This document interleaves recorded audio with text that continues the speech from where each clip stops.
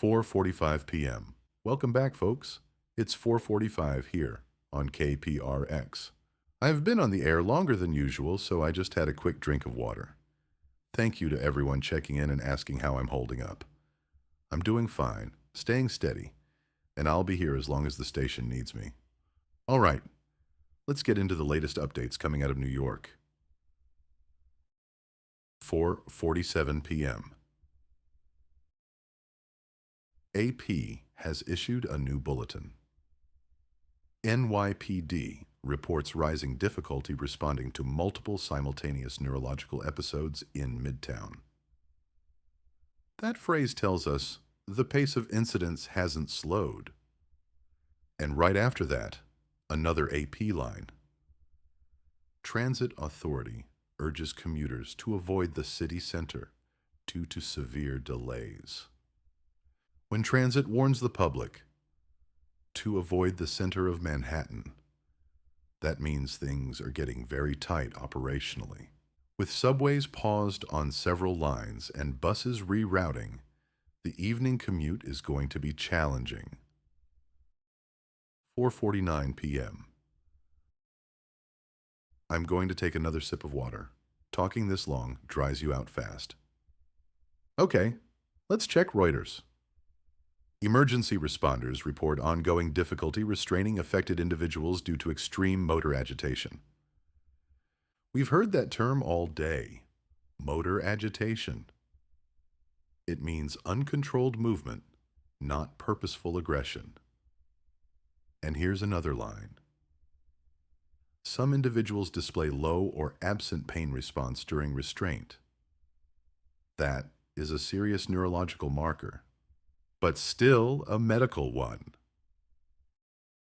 4:52 p.m. Rumor appears. One local New York outlet is reporting an alleged incident in Brooklyn. This is unverified. No major outlet has confirmed it. Not AP, not Reuters, not the mayor's office. Until it comes through official channels, we treat it as a rumor. We stick to facts, not speculation. 4:54 p.m. Here's a confirmed line from AP. Video from earlier today shows individuals experiencing rigidity, fixed gaze, and abrupt collapse. That matches the morning incident descriptions. And the next line? Several bystanders were injured while attempting to assist affected individuals. Sudden neurological events can cause unpredictable physical reactions, and that can lead to accidents. 4:56 p.m. I'm going to keep myself fueled here. I grabbed a small snack during the last track. 7 hours on air requires energy. All right, back to the wires. 4:58 p.m. Reuters is reporting. Transit Authority announces widespread delays, with several stations closed as a precaution. This matches what we're seeing on the newsroom TV feed. Growing crowds near closed stations, people trying to figure out how to get home. It's confusion, not chaos, but confusion alone can cause problems. 5:01 p.m. First official expansion. We now have something significant from AP. A small number of suspected neurological cases have been identified outside the original Midtown zone. That raises eyebrows, but here's the crucial follow-up. Investigators believe these individuals may have previously passed through affected areas earlier in the day. So this does not confirm spread. It may simply indicate delayed symptoms from the same exposure source. It is, however, the first official sign that the impact zone may not be perfectly contained. 5:04 p.m. Reuters now confirms. CDC rapid assessment team scheduled to arrive in New York within 2 hours. That is rapid deployment. It tells us the CDC wants direct observation. And that is exactly the right move in a situation like this. 5:06 p.m. The newsroom monitor shows small groups of civilians gathering near police tape, watching the activity. If anyone listening has family in New York, remind them that responders need space to work. People should head home, unless instructed otherwise. Crowding helps no one. 5:09 p.m. I got a question during the break asking whether this could be airborne. The CDC explicitly said earlier today that there is no evidence of airborne transmission. None. This remains an unexplained neurological event, but everything points to a concentrated issue. 5:11 p.m. Here's another Reuters update. EMTs describe afternoon patients as showing total unresponsiveness to verbal cues with episodic violent physical bursts. That aligns with earlier descriptions. And the next sentence. Some responders report that patients appear not to register pain during restraint. That type of pain resistance is uncommon. It is medically notable. But unusual does not mean unprecedented. 5:14 p.m. Let's summarize. Midtown Manhattan is seeing a significant neurological emergency. The affected zone has expanded slightly. A few cases outside the original grid may be tied to earlier exposure. Transit is heavily disrupted. EMS is overwhelmed. CDC teams are en route. And through all of this, people are staying mostly calm. We'll head into another track while I keep watching the wires. 5:15 p.m. We're back here on KPRX. It's 5:15, and evening is settling in on the East Coast. I've been on air for quite a while now, so I'm keeping myself supplied with water and the last of the snacks I brought in. Thank you to those writing in and asking how I'm doing. I'm steady, I promise. All right, on to the news. 5:17 p.m. AP has issued a new advisory. NYPD requests civilians avoid Midtown entirely due to unpredictable neurological incidents. That is the strongest wording we've heard yet. But the bulletin continues.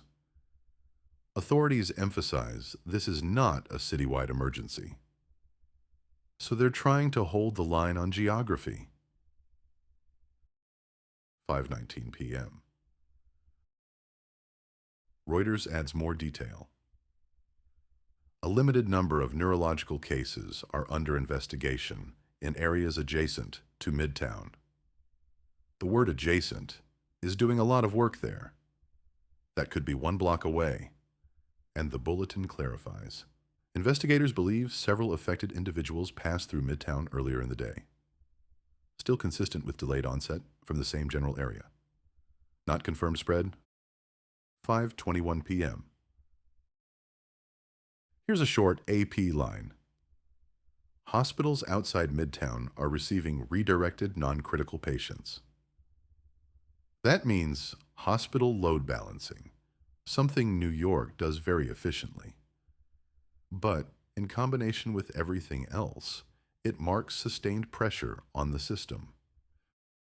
5:23 p.m. I'm grabbing a quick bite of the energy bar I brought. 7 hours talking requires fuel. All right, let's keep going. 5:24 p.m. Reuters is quoting a senior EMS official directly. Responders describe patient behavior as highly variable, ranging from rigid stillness to sudden violent motion. That variation is medically significant. Not everyone is presenting the same way. And then, authorities warn residents not to approach individuals who appear to be in neurological distress. That is the first time we've heard that level of caution toward civilians. 5:26 p.m.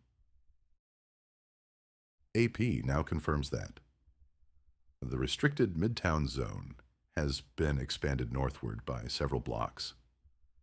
This makes it the third perimeter expansion today. But they add something important. Officials state the expansion is precautionary during evening hours. It's careful wording, meant to reassure, but perimeter expansions are never casual. 5:28 p.m. I'm watching the newsroom monitor. Police are guiding groups of people into nearby buildings. Not a lockdown, but a strong push to keep foot traffic off the street. New York at dusk is a different creature, and tension tends to rise in low light. 5:30 p.m. Reuters now publishes something new. Several individuals displaying symptoms this afternoon had no immediate link to the original morning cluster. That is a notable shift. But then the bulletin clarifies. Investigators believe many traveled through adjacent areas earlier with uncertain timing, so still possibly tied to the same exposure window. 5:32 p.m. I'm going to take another drink of water here. All right. Next bulletin. 5:33 p.m. AP confirms. Hospitals in Lower Manhattan have begun redirecting non-critical cases due to rising neurological admissions. 3 hospitals today adjusting their intake policies. That tells its own story. 5:35 p.m. Reuters updates. A limited number of officers sustaining minor injuries while restraining affected individuals. Officer injuries shift the tone. Not alarmingly, but symbolically. And then another line. Some officers reported unusual strength in restrained individuals. Unusual strength is vague, but worth paying attention to. 5:37 p.m. I'm getting a lot of messages asking if I should take a break. I appreciate the concern. I'm doing fine. I've handled long storm broadcasts before. I know how to pace myself. But I'll be honest, this is one of the strangest breaking stories I've ever covered. 5:39 p.m. A major AP bulletin just landed. CDC suggests emergent neurological syndrome may involve rapid inflammatory response. That is the first time today they've publicly labeled this a syndrome. And the next line is even more striking. CDC investigators have not ruled out an unknown agent. That's a strong scientific phrase. But then, and this is critical, no evidence of airborne transmission or widespread contagion. That remains the anchor in this entire situation. 5:41 p.m. Reuters issues a transportation advisory. Commuters urged to shelter temporarily in place if travel routes pass near Midtown restriction zone. That is the closest statement we've heard to a partial shelter in place. Not citywide, not even borough-wide, just for those trying to pass near the restricted area. 5:43 p.m. I'm watching the sun go down outside our own studio windows here. New York is now almost fully dark, and darkness tends to amplify whatever unease is already there. Let's stay steady. 5:45 p.m. Here's a clear summary. Midtown remains the center of the emergency. The affected zone has expanded slightly. A handful of cases appeared outside the original area, likely from earlier exposure. Hospitals are under strain. EMS is fatigued. Officer injuries reported. CDC acknowledges a possible unknown agent, but confirms it is not airborne. I'll stay on the air. We stay calm. We stay factual. And we keep watching this carefully. Let's take a track, and I'll keep monitoring. 6:15 p.m. We're back. It's 6:15 here on KPRX, and the early evening developments out of New York are starting to paint a clearer and more complicated picture. I'm pacing myself with the last of my water, staying focused. Thanks for sticking with me. All right, here's what's new. 6:17 p.m. AP has issued a significant update. The secondary cluster in Manhattan's west side has increased in size, with several new neurological cases reported within the last hour. That confirms that the situation is not limited to the original Midtown area anymore. It is not widespread. It is not citywide, but a second hotspot is developing. And AP adds, officials are assessing whether the clusters share environmental or behavioral links. They're trying to understand what connects them. 6:19 p.m. Reuters now reports that NYPD has issued new internal guidance. Officers instructed to prioritize observation over physical engagement unless immediate danger to life is present. That is a major shift in responder protocol. It means officers are being told not to restrain unless absolutely necessary. This reduces injury risk for everyone involved. 6:21 p.m. AP is quoting the City Transit Authority. Additional train lines may suspend service tonight due to operator shortage and safety considerations. That's a transportation system under strain. Operators may be stuck outside Manhattan, delayed, or simply unable to move safely through the zone. 6:23 p.m. Social media is now buzzing. I'm seeing that mirrored on the newsroom feed. Videos, unverified stories, people speculating wildly. I'll say this clearly. Trending does not mean true. We are sticking strictly to verified wires. 6:25 p.m. We've got a listener on the line, someone calling from New Jersey. Let's take this. Good evening. You're on KPRX. Oh, you're just across the river in Hoboken. What are you seeing? You're noticing more helicopters than usual? And you said there are long lines at the ferry terminal? That fits what we're hearing. People trying to leave Manhattan earlier than usual. No, there's no official travel restriction, but the ferry delays are real. Stay safe, get home if you can, and thank you for calling. 6:28 p.m. We now have a late afternoon report from AP that seems important. Doctors in several Manhattan hospitals report intermittent periods of extreme agitation followed by sudden, brief inactivity in affected patients. That alternating pattern hasn't been mentioned earlier today. And AP adds, symptoms appear to progress in cycles, though timing varies by individual. That suggests a dynamic neurological process, not a static one. 6:30 p.m. Reuters is reporting something operational.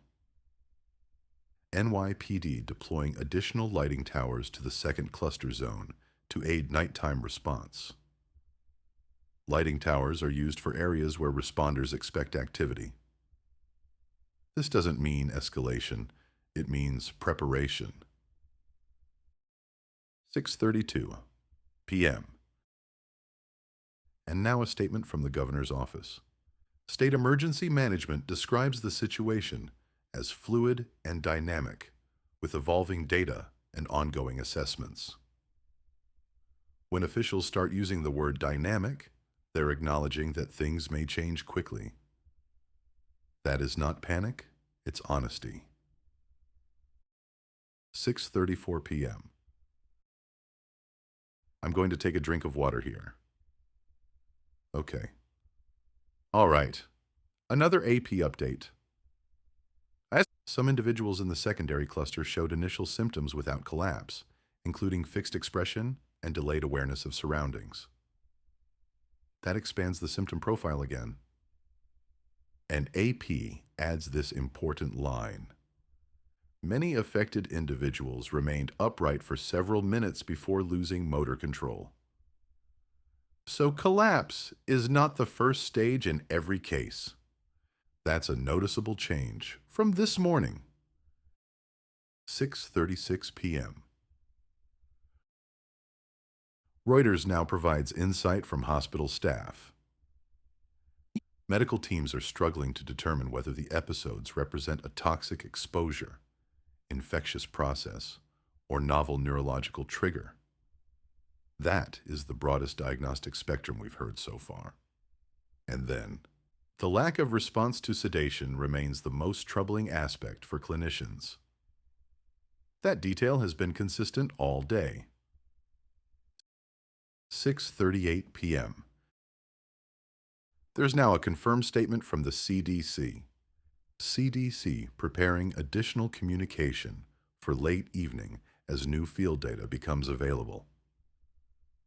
That means they're learning new information tonight, not tomorrow.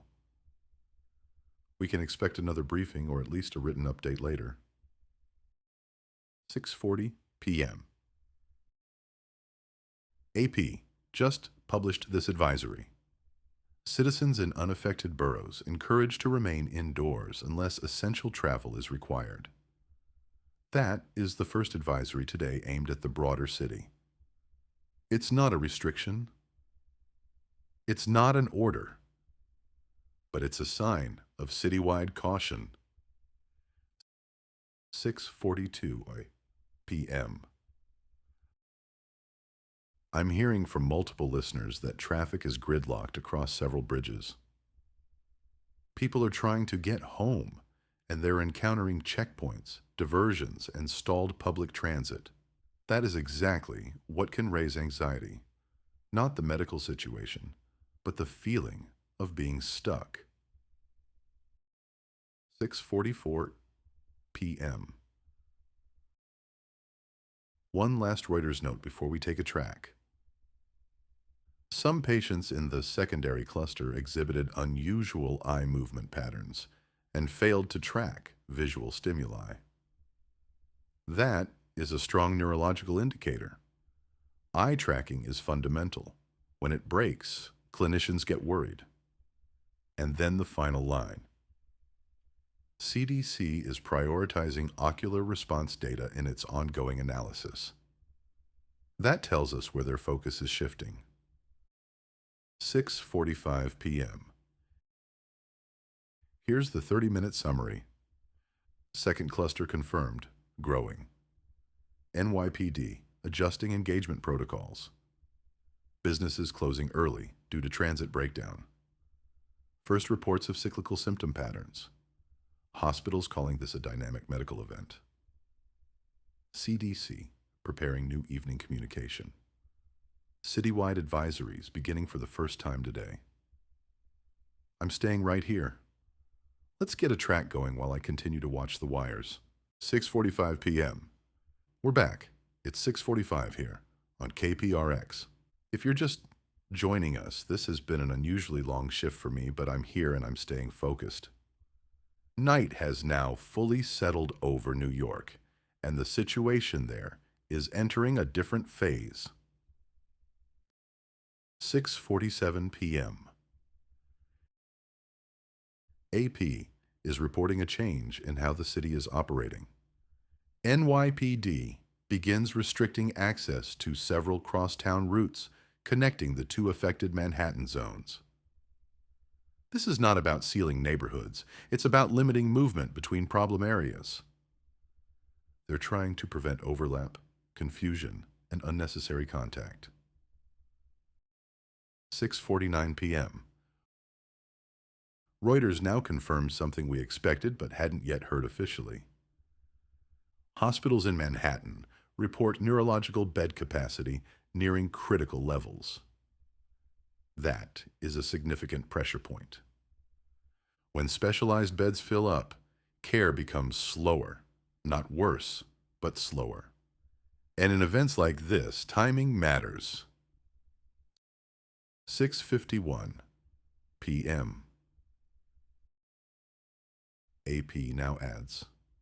Emergency management teams coordinating temporary treatment areas within hospital facilities. That tells us hospitals are stretching internally, using hallways, reassigning departments, reallocating staff. These are normal emergency procedures, but they mean the event is sustained. 6:53 p.m. I'm seeing a change in tone on the national networks. The language is tightening. Less speculation.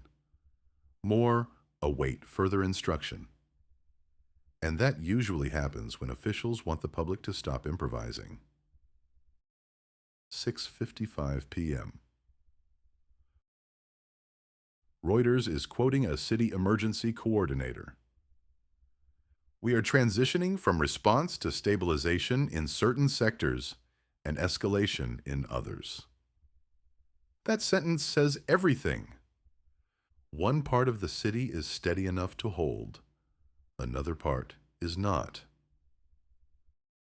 6:57 p. AP has just published a clinical update. Doctors report shortened intervals between symptom onset and motor impairment in newer cases. That is an important development.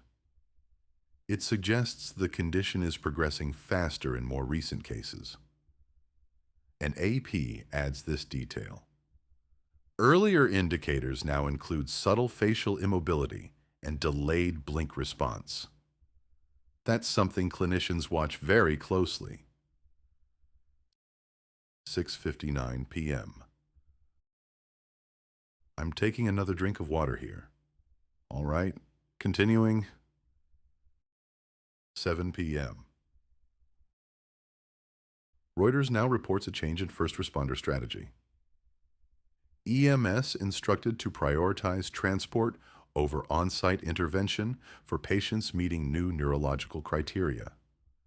That means get them to controlled environments as fast as possible. It also suggests on-site containment has become more difficult. 7:02 p.m. AP now confirms the city has taken a quiet but meaningful step. New York City has activated its Level 2 emergency coordination framework. That is not a public emergency declaration, but it is one rung below it. It allows agencies to bypass normal approval channels. It's a tool for speed. 7:04 p.m. Listeners are asking whether this changes anything outside New York. No, there are still no reports of similar events anywhere else in the country. This remains geographically confined, but it is intensifying where it exists. 7:06 p.m. Reuters has a significant update. Several responders report that affected individuals appear briefly lucid before rapid neurological decline. That window, brief lucidity, is new information. It means people may seem fine moments before they're not, and that makes public settings harder to manage. 7:08 p.m. AP now says, city officials considering suspension of additional nighttime events as a precaution. That's not fear-driven. That's crowd control. Less density means fewer variables. 7:10 p.m. I'm going to check in with you and with myself. This is the point in long events like this where fatigue sets in, so I'm staying very deliberate with every word. And I appreciate everyone staying calm along with me. 7:12 p.m. Reuters now confirms the CDC has arrived on site. CDC Rapid Assessment Team has entered coordination facilities in Manhattan. That means national-level analysis is now happening in real time. And Reuters adds, further public guidance expected later this evening. 7:14 p.m. One more AP update before the top of the hour. Authorities report no change in geographic scope since the identification of the second cluster. That is a stabilizing sentence. No new boroughs, no new cities, no spread outward, but sustained intensity inside Manhattan. 7:15 p.m. Let's summarize this hour. Crosstown movement now restricted between affected zones. Hospital neurological capacity nearing critical levels. Emergency coordination quietly elevated. Symptoms progressing faster in newer cases. Brief lucid periods reported before decline. Nighttime events likely to be suspended. CDC teams now active on the ground. I'm here. I'll stay right here with you as this continues. We'll take another track, and I'll keep watching every update. 7:15 p.m. We're back. It's 7:15 here on KPRX. If you've been with us through the afternoon and evening, thank you. This has turned into a long and unusual day. Let's get straight to the latest. 7:17 p.m. AP has just released a medical update that changes how this event is being described. City health officials now refer to the New York incidents as an acute neurological crisis rather than isolated episodes. That wording matters. It means they're no longer treating this as a collection of unrelated events, but as a single, connected medical phenomenon. And AP adds, hospitals advised to follow unified neurological intake protocols across Manhattan. That standardizes how patients are handled, documented, and isolated. 7:19 p.m. Reuters now confirms a quiet but significant request. New York State has requested federal neurological specialists and additional medical support. Not emergency aid, not military support, but expertise. This tells us local resources are being supplemented, not replaced. 7:21 p.m. Another Reuters update, this one about volume. Emergency call centers report a sharp rise in neurological-related calls, including reports of individuals appearing confused or unresponsive on sidewalks. That increase in calls does not automatically mean an increase in cases. It can also reflect rising public awareness. But it does add pressure. 7:23 p.m. I'm watching a breakdown from city transportation officials. Evening service operating at reduced frequency due to staffing and safety reviews. That's not a shutdown, but it means longer waits, fewer options, and more frustration. And frustration can magnify fear. 7:25 p.m. AP now reports something internal from hospitals. Neurology departments report exhaustion among specialized staff following sustained critical intake. When specialists are fatigued, administrators start rotating staff and calling in outside help.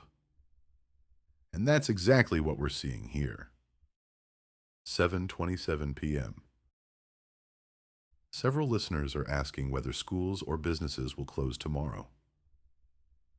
There has been no announcement about tomorrow. No closures have been ordered or even discussed publicly yet. Officials are clearly focused on getting through tonight. 7:29 p.m. Reuters is now quoting a senior state health official. The primary unknown remains the trigger, not the clinical pattern. That means doctors recognize the symptoms, but not what's causing them. And the official adds, all current evidence still points away from airborne transmission. That remains a consistent message. 7:31 p.m. I'm going to take another drink of water here. All right, continuing. 7:32 p.m. AP reports something that affects responders directly. Several EMS teams temporarily reassigned after exceeding safe operational fatigue limits.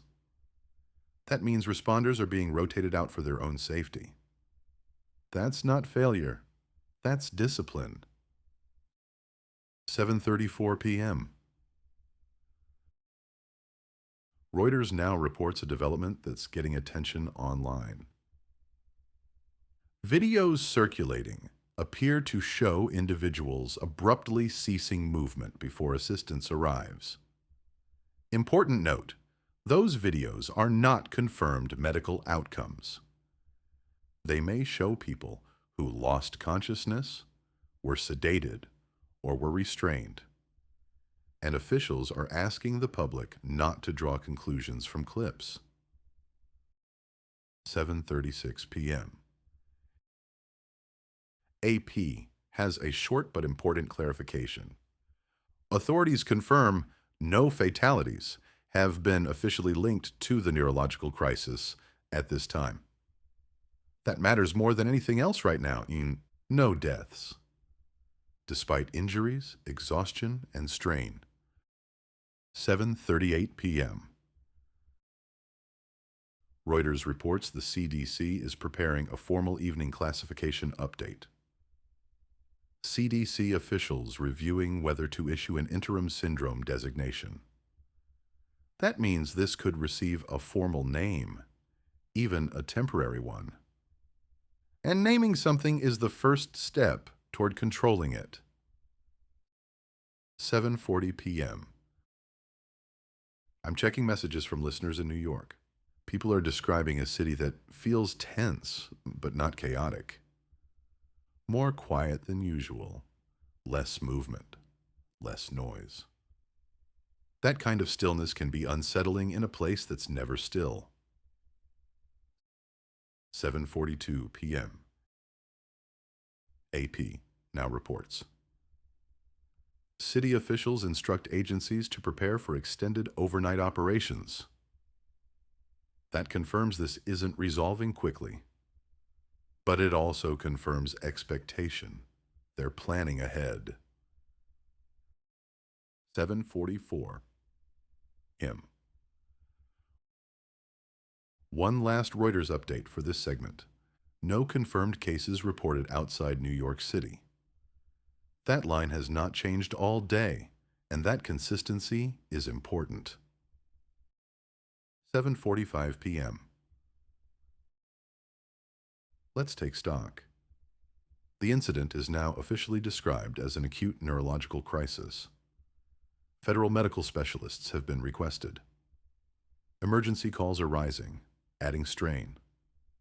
Specialized medical staff are fatigued but rotating. No fatalities confirmed. No spread outside New York City. CDC preparing a formal interim classification. I'm still here. We're moving carefully through this together. We'll take another track and continue. 7:45 p.m. We're back. It's 7:45 here on KPRX. If you're just joining us, this has been a developing story since early afternoon. We are now firmly into the evening hours, and the tone out of New York has shifted again. This is no longer about whether something is happening. It's about understanding what kind of thing it is. 7:48 p.m. AP has just released a bulletin marked Developing. CDC officials have issued an interim classification for the neurological crisis, referring to it as acute neuroagitative syndrome, pending further analysis. That's not a name meant for the public. That's a working label for doctors and planners. It allows hospitals, emergency managers, and federal teams to coordinate under a shared framework.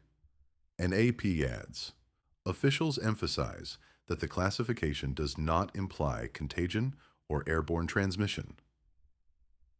That message remains steady. 7:51 p.m. Reuters now provides detail on how hospitals are coping. Several Manhattan hospitals report neurological intake exceeding standard surge capacity. Surge capacity means the overflow plan. Exceeding it means they are now improvising. But improvisation doesn't mean failure. It means adaptation. Temporary wards, reassigned staff, federal specialists arriving quietly. 7:54 p.m. AP reports a change in how patients are being handled in the field. EMS instructed to limit physical restraint where possible and prioritize isolation and observation. That's an important shift. It means responders are recognizing that force escalates situations, not because the patients are strong, but because crowds gather and confusion multiplies. This isn't about being overpowered. It's about being surrounded. 7:58 p.m. Here's something subtle but telling. City officials note that the majority of injuries today have occurred among bystanders and responders, not patients themselves. That tells us exactly where the danger lies. Panic, compression, trampling, delayed response times.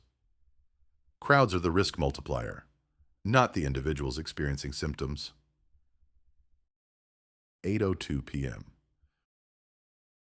Reuters now confirms something many suspected. Authorities believe the syndrome is being expressed more aggressively in areas of high density and prolonged exposure. That explains why Manhattan is the epicenter. Density magnifies everything: stress, movement, reaction time. And stress matters for neurological conditions. 8:05 p.m. I want to take a moment to talk directly to listeners. This is where stories like this often veer into speculation. But what officials are saying, consistently, is that the human body is still the limiting factor here. These individuals are not tireless. They are not unstoppable. They are experiencing acute neurological failure. They fall. They exhaust. They injure themselves. They are tragically vulnerable. 8:09 p.m. AP now reports the first overnight planning measures. City agencies coordinating staggered shifts to maintain overnight response capacity. That tells us this will last through the night. But also, officials state they do not anticipate citywide collapse of services. That's not optimism. That's planning based on math. 8:13 p.m. Reuters is now quoting a CDC neurologist. This is not a Hollywood scenario. The human brain, under extreme stress, can produce terrifying but finite behaviors. That is one of the clearest statements we've heard all day. And they add, the condition appears self-limiting in many cases, though recovery timelines vary. That means many patients stop before they worsen. 8:18 p.m. AP confirms the first confirmed deaths associated with the event. Two individuals with pre-existing conditions died following neurological episodes, though officials caution against attributing causation.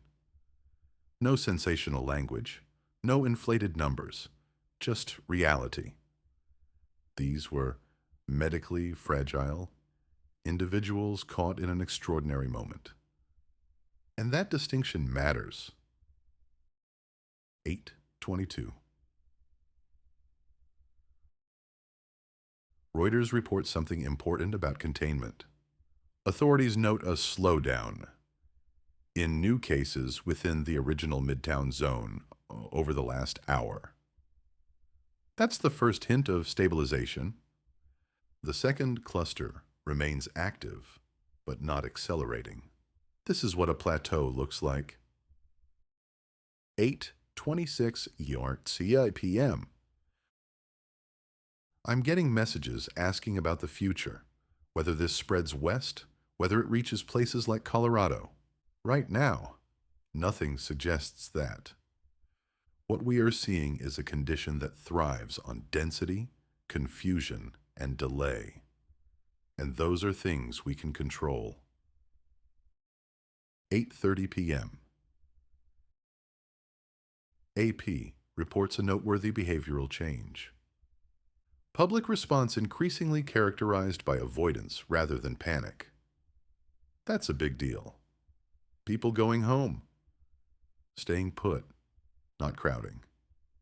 That's how pressure eases. 35 p.m. Reuters now confirms coordination beyond the city. Federal agencies monitoring, but not activating national emergency protocols. That means this is still classified as a severe local event, not a national one. And that distinction has enormous consequences. 8:40 p.m. I'm going to be honest with you. This is the moment where outcomes diverge. If systems hold, this becomes a contained tragedy with lessons learned. If systems fracture, that's when mass events become something else entirely. But so far, tonight, systems are holding. 8:45 p.m. Here's where we stand at the end of this hour. The neurological crisis has a working name. Hospitals are strained but functioning. Behavior is finite, not superhuman. Crowds, not individuals, are the danger. Early signs of stabilization are emerging. Deaths have occurred, but not in escalating numbers. Authorities remain in control. I'm still here. I'll stay on as long as they need me. We'll take another track. And when we come back, we'll see what the night brings. It's 8:45 p.m. We're back. It's 8:45 here on KPRX. For those of you who've been listening since this afternoon, yes, I'm still here. And yes, this story continues to develop, not explode. And that distinction matters. 8:48 p.m.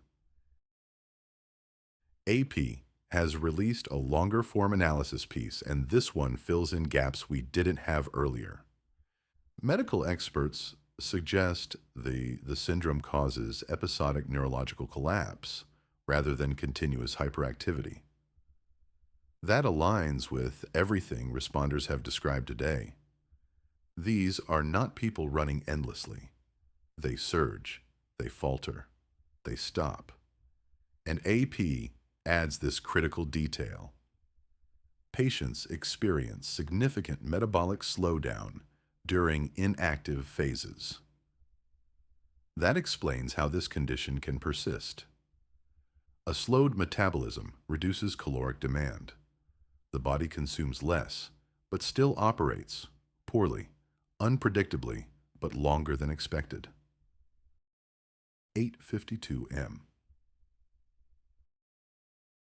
Reuters now expands on that. Doctors note the syndrome resembles severe encephalitic failure combined with stress-induced motor reflex loops. In plain language, the brain is broken, but the body keeps trying to function. That's not supernatural.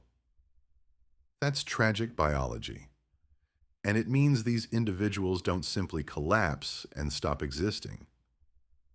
They linger. 8:56 p.m. This next part matters for understanding spread. Authorities caution that long-distance propagation is more likely through human movement than direct transmission. That means evacuations, transport, and secondary exposure. It means buses, highways, shelters, delayed symptom onset. This is not an illness that jumps cities overnight. It hitchhikes. 9 p.m. I want to pause on something listeners keep asking. How does this spread if people aren't superhuman? Here's how. It spreads through confusion, through crowd density, through delayed recognition, through systems designed for normal emergencies, not neurological chaos. By the time someone collapses, they may already be hundreds of miles from where something first happened. And that's how this becomes a national problem. Slowly. 9:05 p.m. AP now reports what officials are privately bracing for. Federal planners are modeling prolonged instability scenarios lasting multiple months. Months, not days, not weeks. And AP adds, models emphasize regional survivability rather than total containment. That means they're thinking in terms of safe zones and hard boundaries, not stopping it everywhere at once.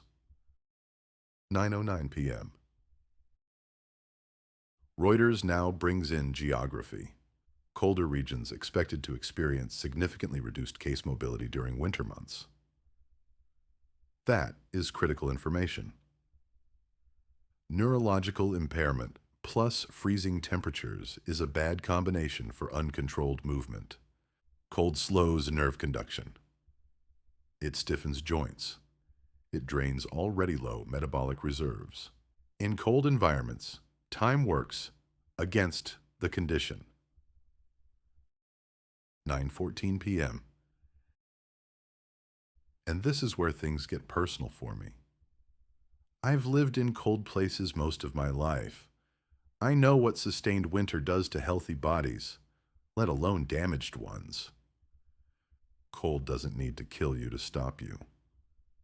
It immobilizes, it preserves, it contains. And that may be one of the reasons you're not hearing panic from certain parts of the country tonight. 9:18 p.m. AP confirms something that aligns with that. Northern and high-altitude regions report lower incident severity and slower progression. That's not immunity. That's physics. Gravity, temperature, energy, they still apply. 9:22.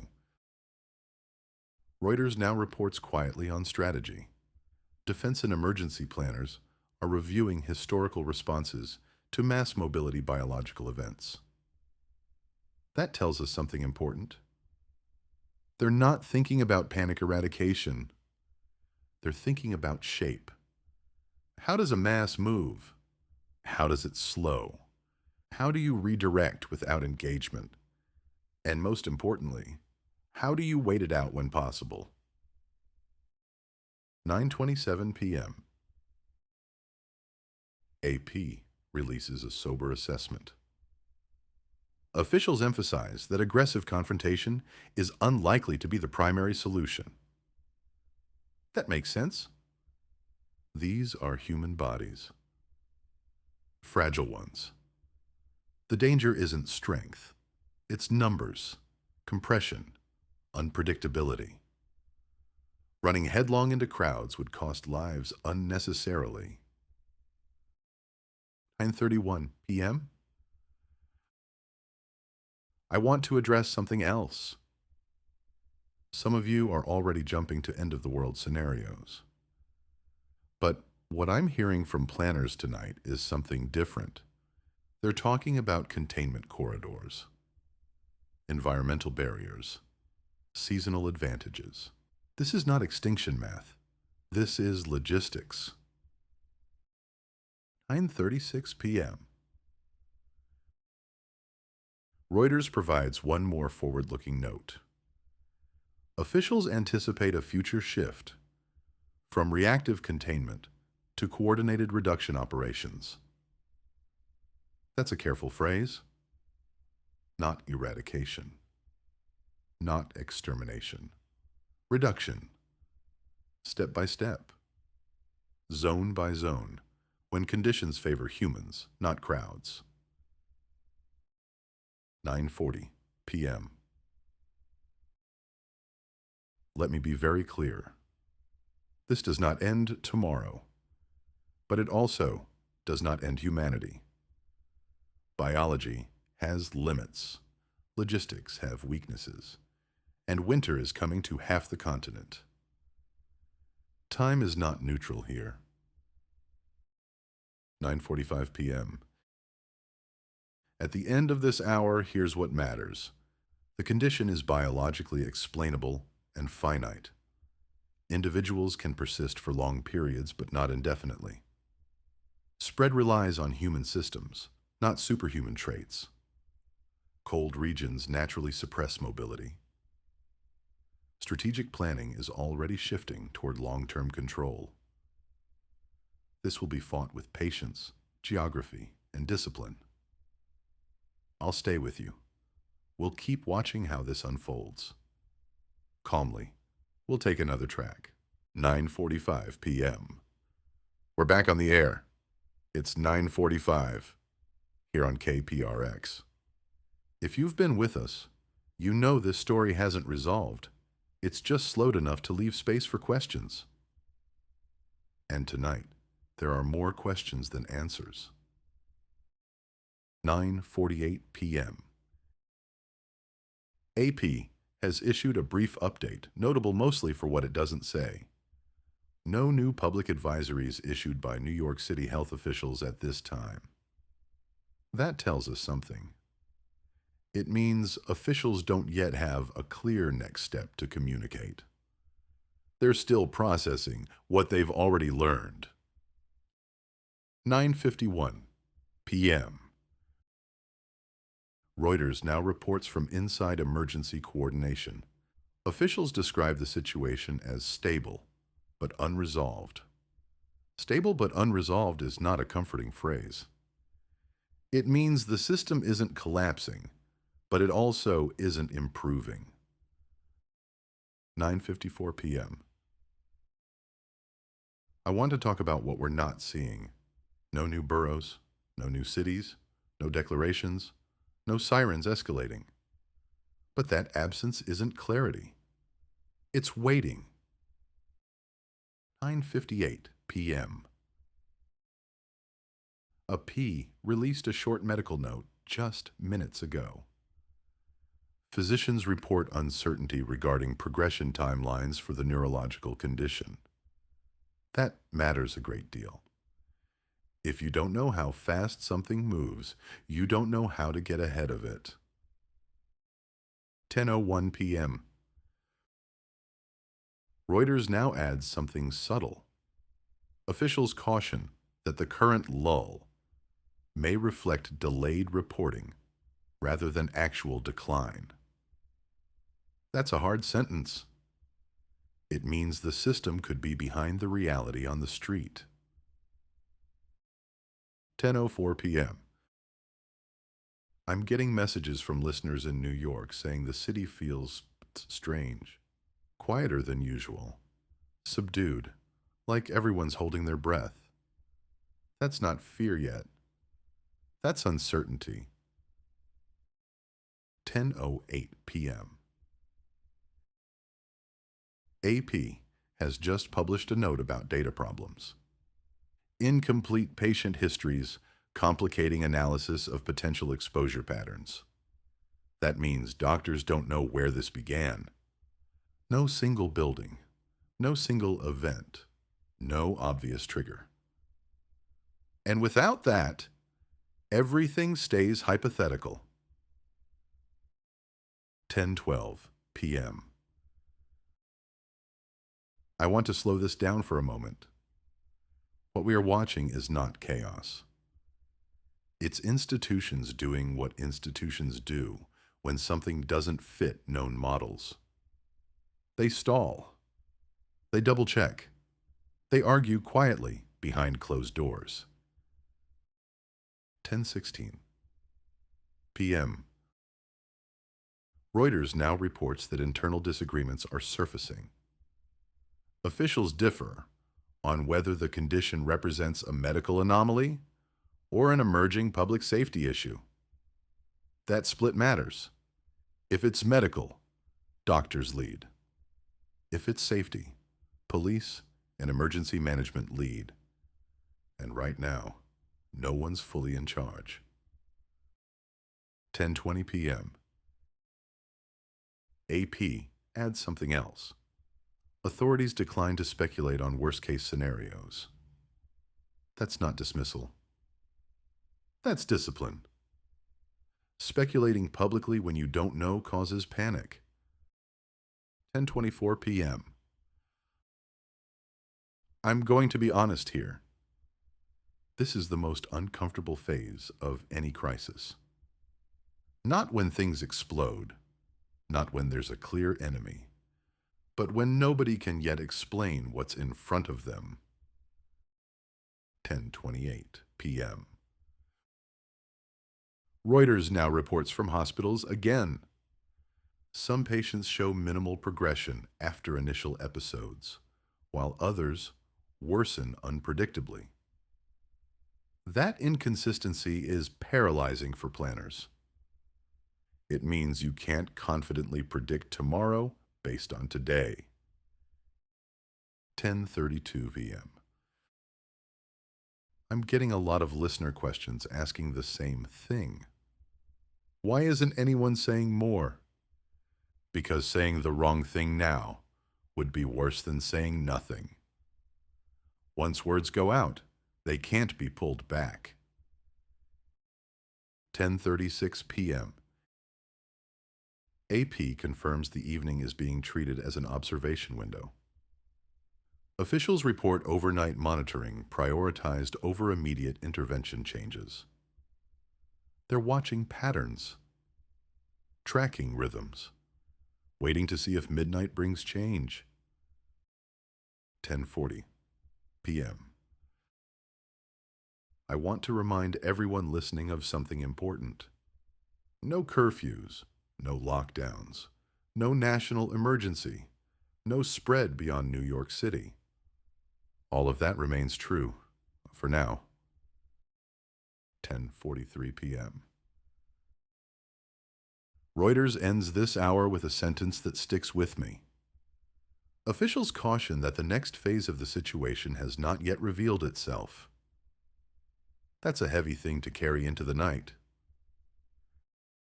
10:45 p.m. Here's where we stand at 10:45. The situation is contained geographically. The cause is still unknown. Progression remains unpredictable. Institutions are divided on classification. Tonight is about watching, not acting. I'll remain on air as long as needed. We'll take a track, and we'll see what the next hour brings. 10:45 p.m. We're back. It's 10:45 here on KPRX. This is usually the quiet part of the night. Tonight, it isn't.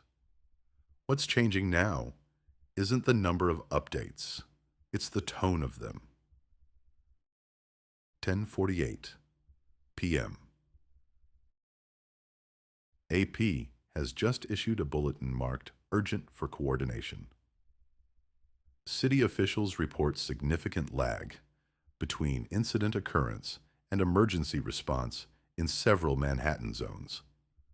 That's the first real operational failure we've heard today. Not because responders aren't working, but because demand is starting to outrun visibility. 10:51 p.m. Reuters adds detail to that. Dispatch centers experiencing delays in call processing due to volume and unclear symptom classification. That means calls are stacking up, and staff aren't always sure which ones matter most. When you can't triage cleanly, things slip through. 10:54 p.m. I'm seeing the newsroom monitor, now showing a growing disconnect. Calls coming in from areas not officially flagged. Incidents happening between known clusters. That suggests the picture officials are looking at is already slightly outdated. 10:58 p.m. AP reports a concerning development from hospital administrators. Several emergency departments temporarily halting intake due to internal congestion. That's not a shutdown. That's a pause to keep the system from breaking. But it forces ambulances to reroute, and rerouting costs time. 11:01 p.m. Reuters is now quoting an anonymous emergency coordinator. We are beginning to lose confidence in our ability to track this in real time. That sentence should stop you. When professionals say that, it means the map no longer matches the territory. 11:05. I want to be careful with this next part. This is not citywide chaos, but it is localized disorder, pockets where help arrives late or not at all. And those pockets are growing. 11:09. AP confirms the first instance of widespread secondary harm. Multiple injuries reported following crowd surges near closed transit nodes. These are not attacks. These are not violent acts. These are people pushing, slipping, falling, trying to escape uncertainty. And this is how casualties multiply without intent. 11:13 p.m. Reuters reports that some officers are making a difficult call. NYPD units in select zones, instructed to disengage from non-critical incidents to preserve capacity. That means some calls are now going unanswered. Not because they don't matter, but because everything matters. 11:17 p.m. I'm getting messages from listeners in New York saying sirens now move in patterns. Clusters of sound, then silence. That tells me resources are being concentrated, not spread. And concentration leaves gaps. 11:21 p.m. AP now reports something that signals escalation. City officials authorize emergency suspension of select building safety regulations to expedite response. That's code for improvisation. When rules relax, it's because normal procedures no longer fit. 11:25 p.m. Reuters confirms internal debate has ended. New York City Emergency Management now classifies the situation as a public safety incident with medical origin. That's a pivot. It puts police and emergency management fully in charge, not just hospitals. 11:29 p.m. I need to be clear about what's driving this. This is not about individual strength. It's not about aggression. It's about numbers, timing, and delayed reaction. When too many people need help at once, the system can't breathe. 11:33 p.m. AP reports the first officially acknowledged failure point. Emergency officials confirm loss of contact with several mobile medical units for extended periods. Loss of contact doesn't mean lost people. It means lost awareness. And awareness is everything. 11:37. Reuters follows with a hard line. Officials acknowledge unknown number of untreated individuals within the city overnight. That's a chilling sentence. It means people who needed help didn't get it. 11:41 p.m. I want to talk plainly now. This is the moment where history books later say, this is when it turned. Not because of a single explosion or announcement, but because systems stopped seeing everything. 11:45 p.m. Here's where we end this hour. Emergency response is lagging behind reality. Hospitals are forced to pause intake.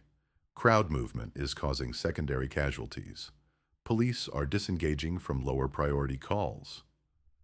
Officials admit awareness gaps. Overnight numbers are now unknowable. I'm still here, and I will stay here. We'll take a track, and when we come back, it will be after midnight. We're back on the air. It's 11:45, here on KPRX. For those just joining, New York has moved into overnight operations with a situation that remains contained in geography, but increasingly difficult to quantify. And that difference matters. 11:48. AP has released a late update from city coordination centers. Officials report discrepancies between reported incidents and hospital intake figures. That means the math isn't lining up. More calls than patients. More patients than logged incidents. When datasets diverge, something is being missed. 11:51 p.m. Reuters is now reporting from inside an emergency briefing. Several agencies acknowledge incomplete situational awareness as the city transitions into overnight staffing. Overnight transitions are always vulnerable moments. Fresh teams take over. Context is lost. Threads get dropped. 11:54 p.m. I want to slow this down and explain why that's dangerous. In a normal emergency, overnight is quieter. Tonight, the pattern isn't quieter. It's less visible. And those two things are not the same. 11:58 p.m. AP now confirms the first official revision. City officials revise earlier estimates of affected individuals upward based on late arriving data. Upward revisions at this hour are never good. They mean earlier reassurance was incomplete. 12:01 a.m. Midnight has passed on the East Coast. This is when yesterday's assumptions are supposed to solidify into today's facts. And tonight, they aren't. 12:04 a.m. Reuters now reports from emergency medical leadership. Hospital administrators report individuals arriving without corresponding dispatch records. That implies self-transport, people being moved by friends, bystanders, good intentions. And that bypasses tracking entirely. 12:07 a.m. AP follows with a worrying operational note. Several hospitals report receiving patients already in advanced neurological distress. That suggests delays. People not reaching help quickly enough. 12:10 a.m. I'm getting messages from listeners describing something new. Less sirens, more shouting. That's what happens when responders can't reach everyone. People try to manage it themselves. 12:14 a.m. Reuters now reports that internal language has shifted again. Officials describe tonight as a critical observation window, rather than a stabilization period. That means they no longer expect things to level out on their own. They're watching for a turning point. 12:18 e.m. AP confirms an uncomfortable fact.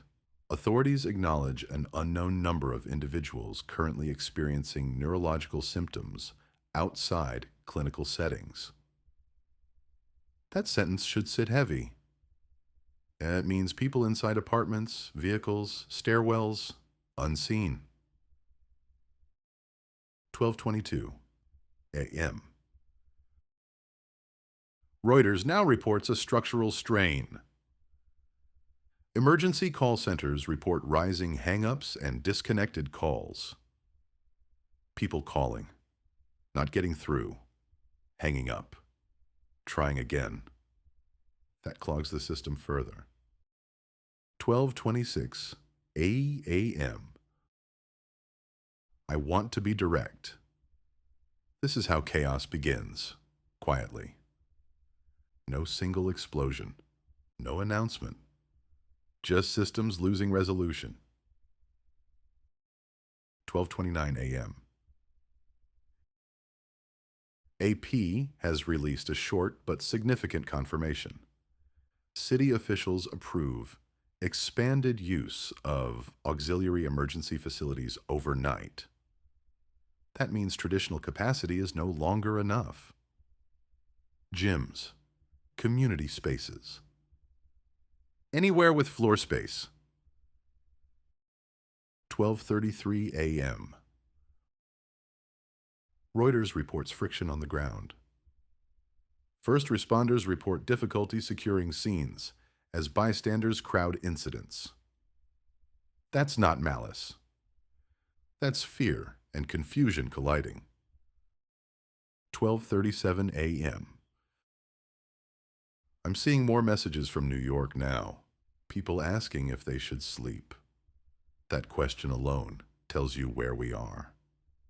They don't feel safe, but they don't know why. 12:40 a.m. AP provides a restrained but heavy update.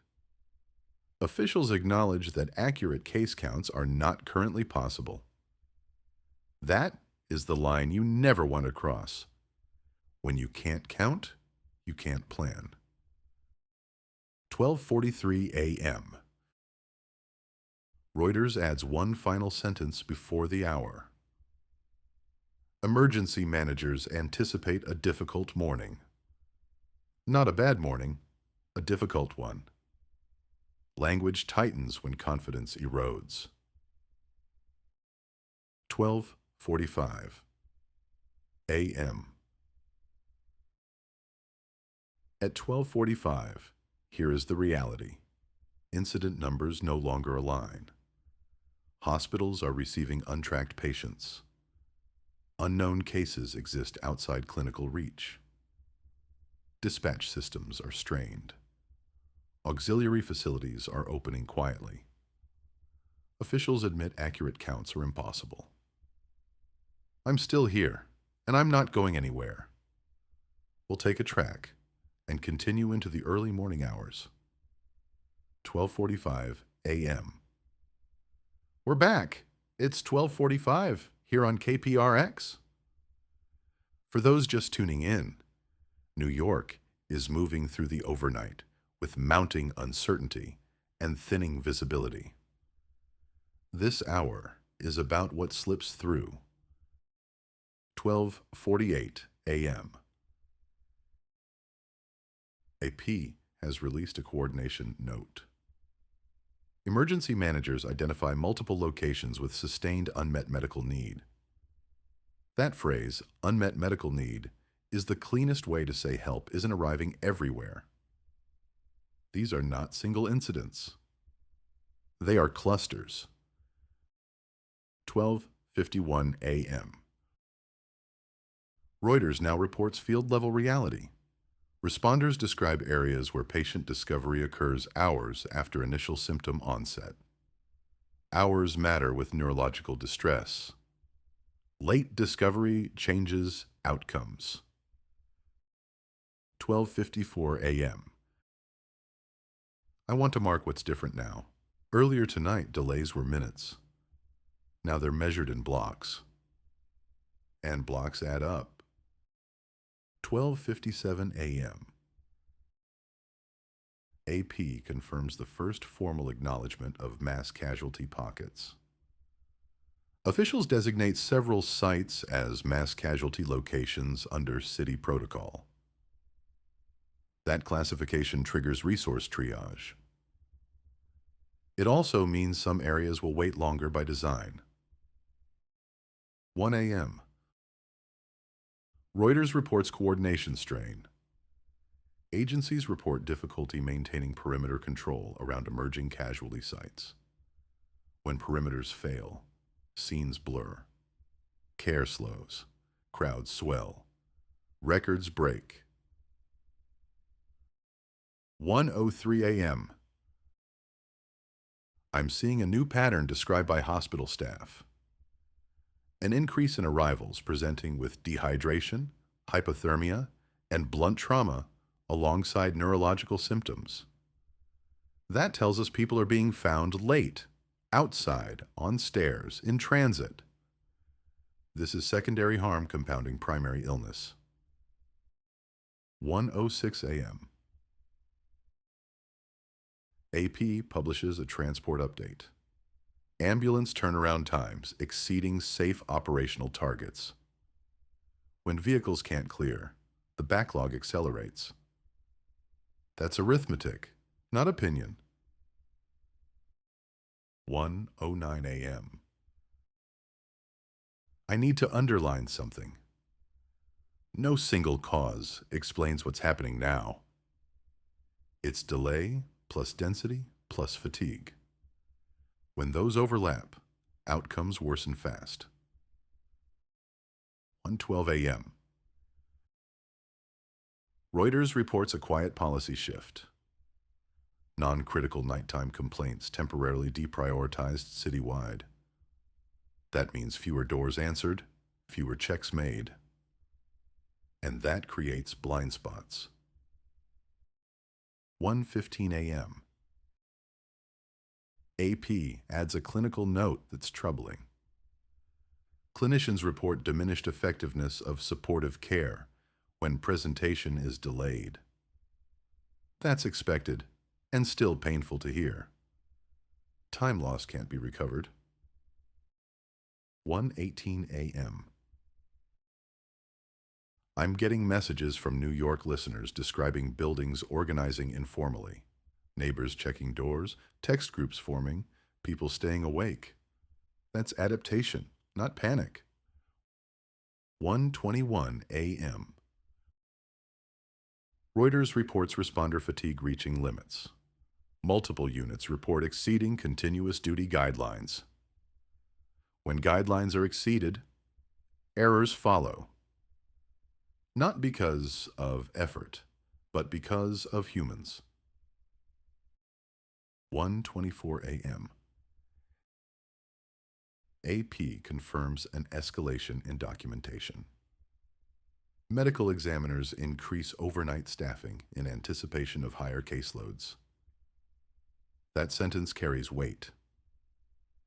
It means the city is preparing for outcomes, not just interventions. 1:27 a.m.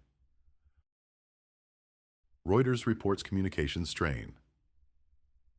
Radio traffic congestion causing delays in scene coordination. When radios clog, people improvise. Improvisation saves some and misses others. 1:30 a.m. I want to speak plainly. This is not a sudden collapse, it's accumulation. Small failures stacking until they're no longer small. 1:33 a.m. AP issues a late-hour advisory.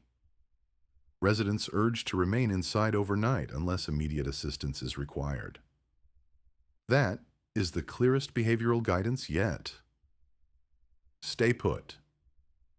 Reduce variables. 1:36 a.m. Reuters adds a sobering line. Officials acknowledge that some outcomes overnight will not be preventable. That's a hard truth. It's also an honest one. 1:39 a.m. I'm seeing reports of quiet streets punctuated by sudden noise, short bursts of activity, then long stillness. That rhythm tells you resources are surging and retreating. 1:42 a.m. AP provides a constrained update. No change in geographic scope reported as of this hour. Still New York, still contained. But containment is thinning inside the lines. 1:45 a.m. At 1:45, here's the reality. Mass casualty pockets confirmed. Delayed discovery, increasing secondary harm. Ambulance and radio bottlenecks worsening. Non-critical responses deprioritized. Informal neighborhood adaptation beginning. Outcomes becoming unavoidable in some cases. I'm here. We'll keep walking this hour by hour. We'll take a track and move deeper toward morning. We're back. It's 1:45 in the morning here on KPRX. I'm still on the air. I'm still tracking this. And I'll be honest, this is the hour where fatigue makes every decision harder. Let's go back to New York. 1:48 a.m. AP has issued a short overnight bulletin. Emergency managers report deteriorating scene control in several locations. Scene control doesn't mean crime. It means order. It means responders can't keep people back, keep lanes clear, keep incidents contained. 1:51 a.m. Reuters now reports something new and vague. Authorities acknowledge reports of loud disturbances complicating overnight response. Loud disturbances is deliberately imprecise wording. That could mean crashes. It could mean explosions. Or it could mean something else entirely. 1:54 a.m. I'm getting messages from listeners in Manhattan. People describing sharp, sudden sounds, not sirens. I can't confirm what those sounds are, and I won't speculate. But I can tell you this. When sounds change, people react differently. 1:58 a.m. A P now releases a clarification. Officials decline to comment on reports of force used by responders. That sentence is doing a lot of work. If force hadn't been used anywhere, they'd say so. 2:01 a.m. Let me slow this down. We are in a phase now where not everything that happens gets acknowledged immediately. Sometimes hours pass before details solidify. And those hours are when rumors grow. 2:04 a.m. Reuters now reports a measurable effect. Emergency call volume surges following reports of sudden loud noises. That's predictable and dangerous. When people hear something they don't understand, they call it in. And dispatch centers are already strained. 2:07 a.m. I'm noticing a change in how officials are speaking. New York City Emergency Management advises residents to shelter in place overnight.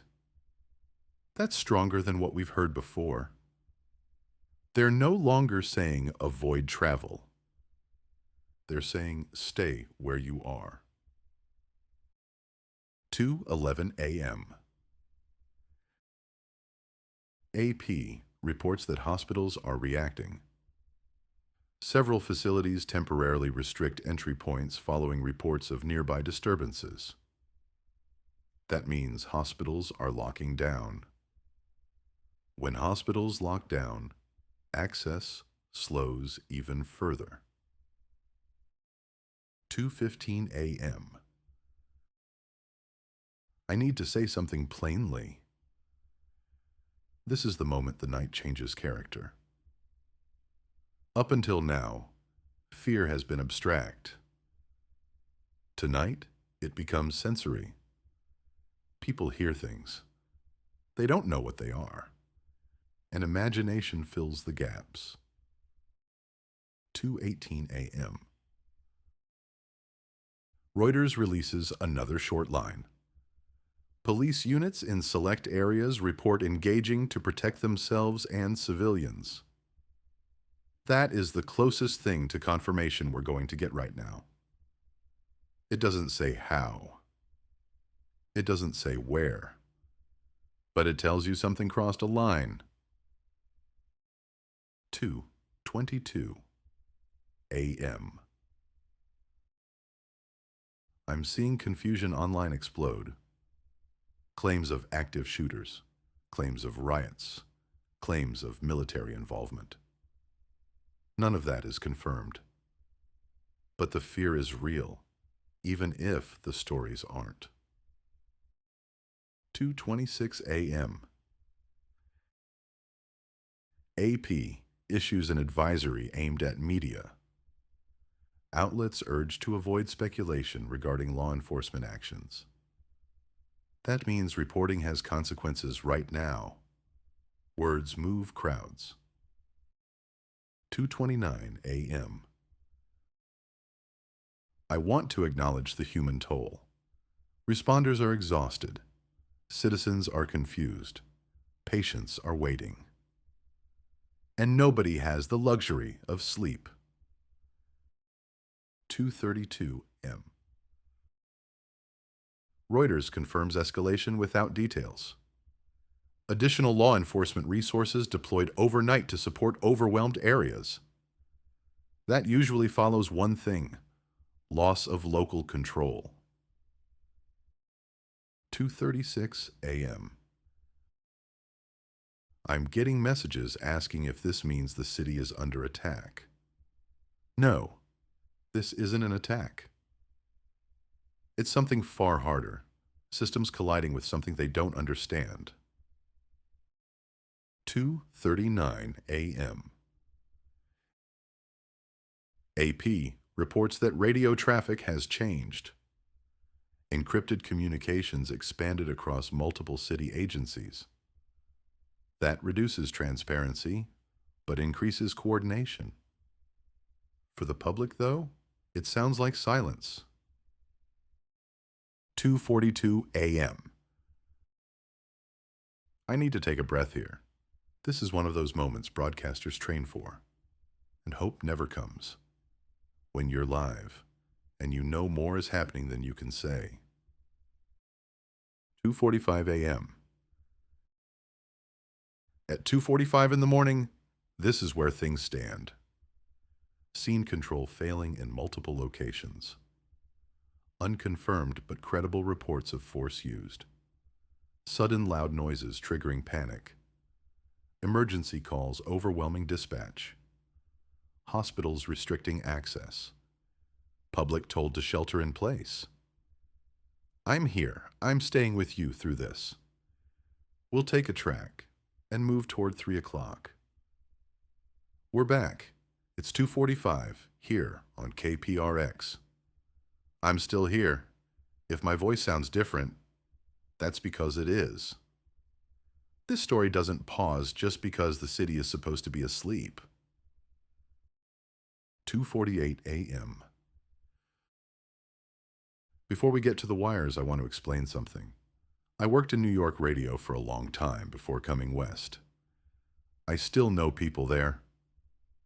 Producers, engineers, emergency desk staff. These are not people who exaggerate. And tonight, a couple of them reached out. 2:51 a.m. I'm going to be very careful here. What I'm about to say is not official reporting, but it is information I trust. 2:53 a.m. One contact, someone who's spent years embedded with overnight emergency coordination, told me this: what's happening on the ground is worse than what's being briefed. Not everywhere, but in enough places. They described entire residential blocks where responders are no longer entering unless absolutely necessary. 2:56 a.m. Let me say that again.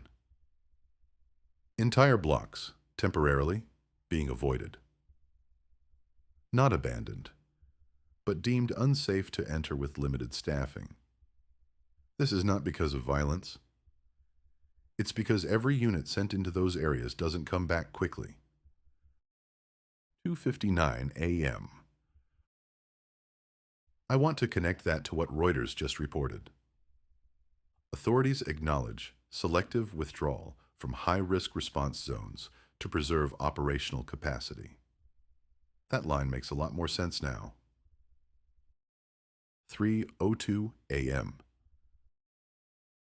My contact also told me something else. They are seeing behavior that doesn't fit earlier assumptions. Not stronger, not faster, but more persistent. People who don't respond to verbal commands, who don't react to pain compliance, who keep moving until their bodies physically can't. 3:05 a.m.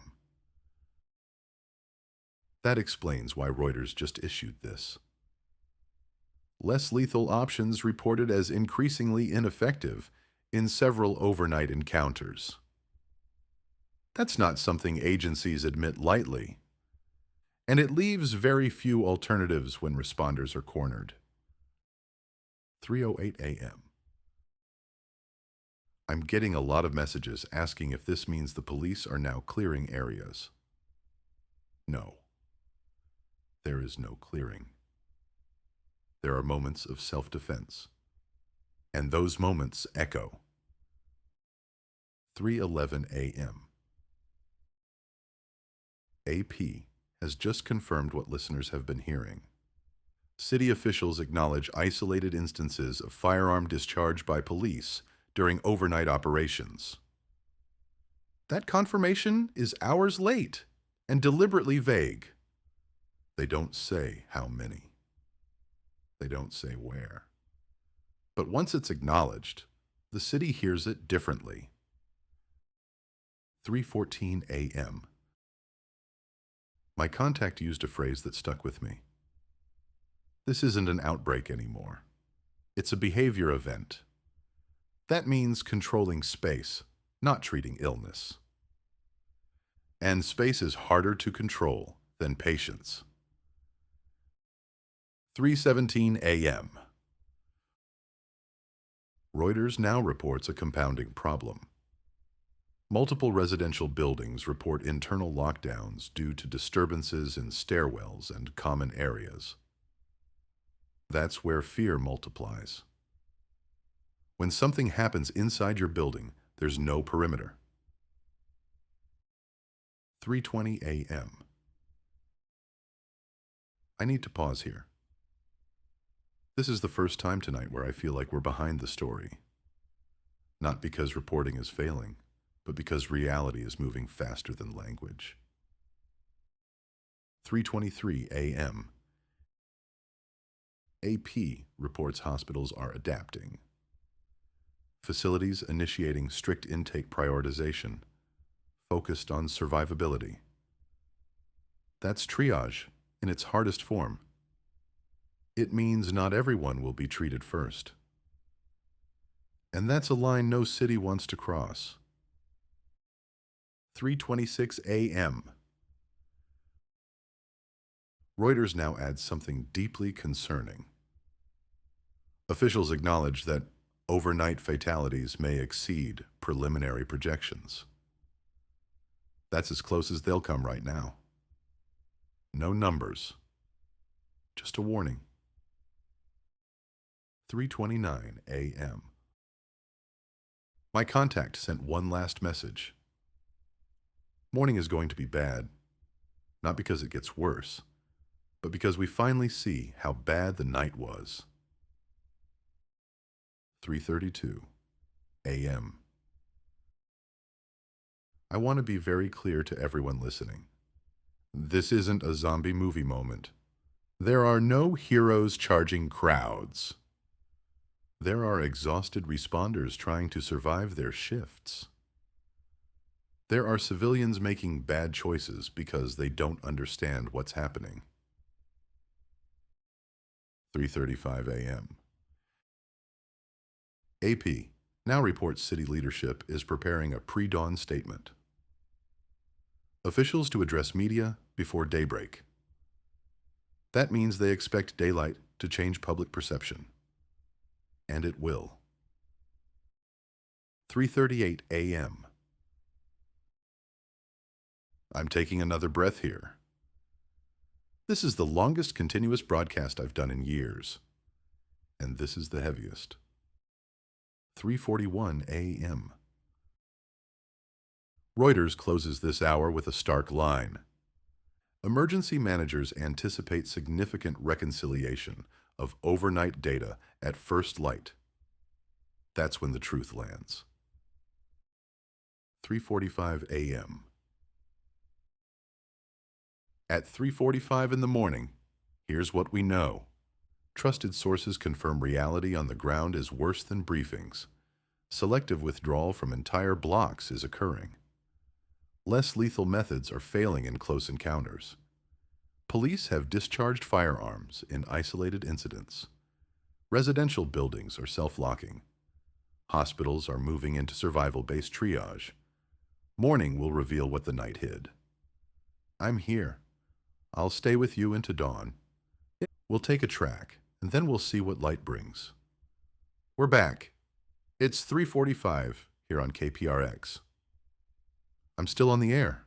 I'm still getting updates. And this is the hour where I need to choose every word very carefully. 3:48 a.m. Before we get to the wires, I want to return to that off-air contact I mentioned earlier. This is someone I've trusted for years. Tonight, they sent one message that made me stop. 3:50 a.m. I'm going to quote them exactly. We're starting to think contact injuries matter, especially bites. Let that land. They stress this is not confirmed, but it's being discussed seriously inside hospitals right now. 3:53 a.m. They explained why.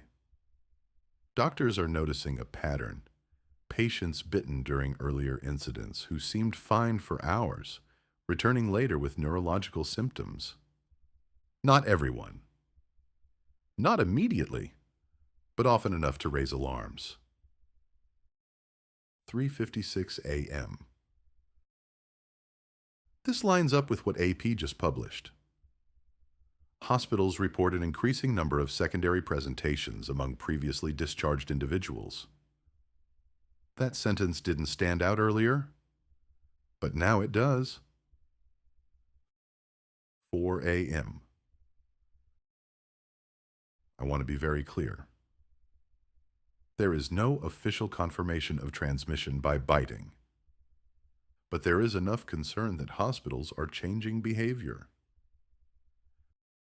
4:02 a.m. Reuters now reports the consequences of that fear. Multiple emergency departments temporarily cease intake following internal exposure concerns. That is a major escalation. When hospitals stop taking patients, the entire city feels it instantly. 4:05 a.m.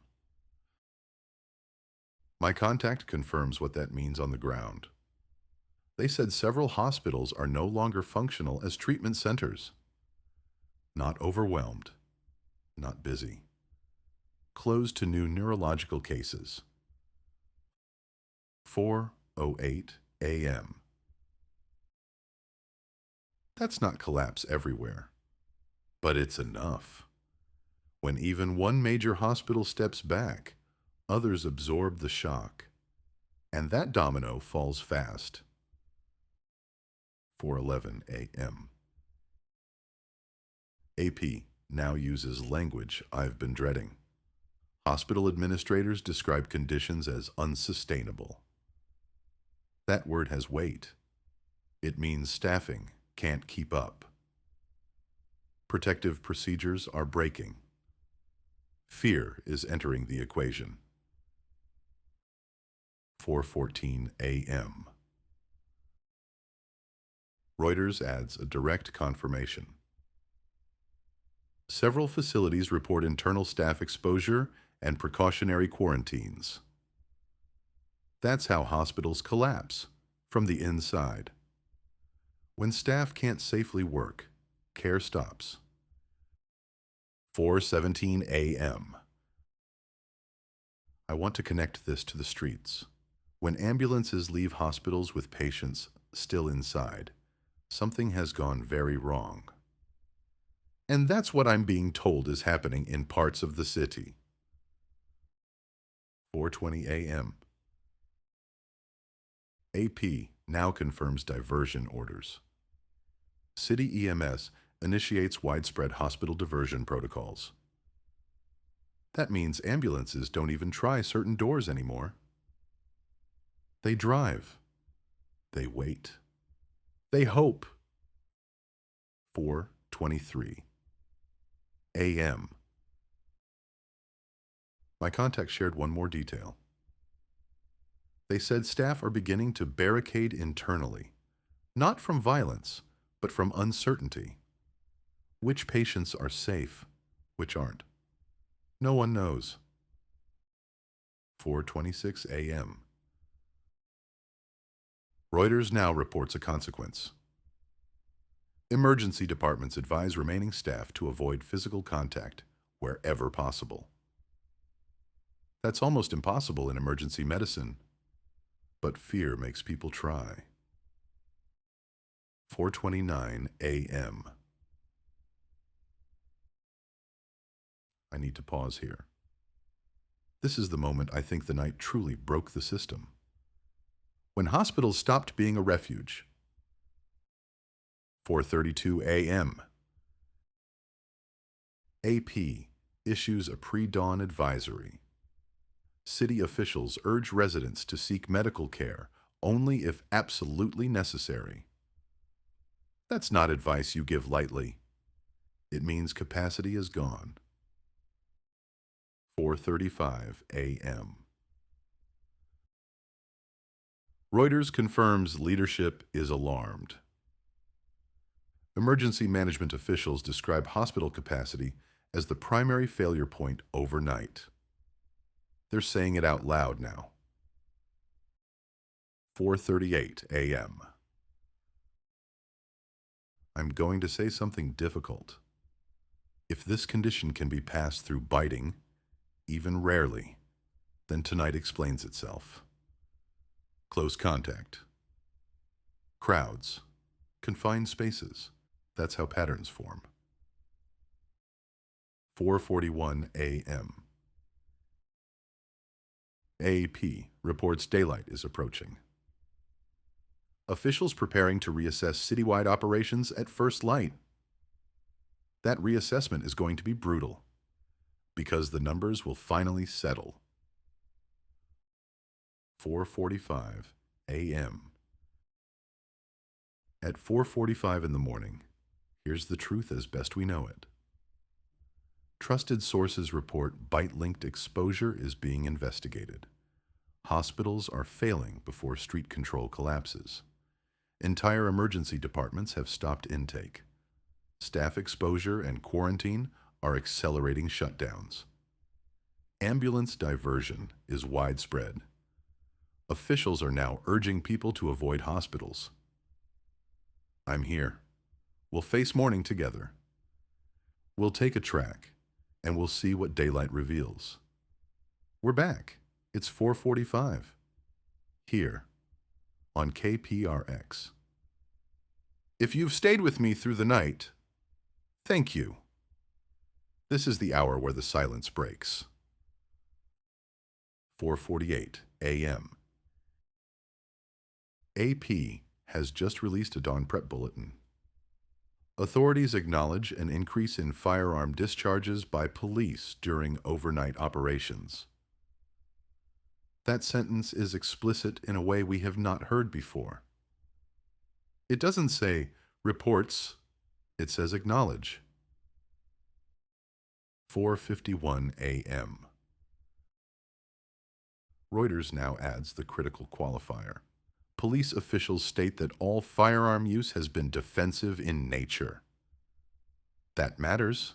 Legally, morally, historically, officers were not clearing areas.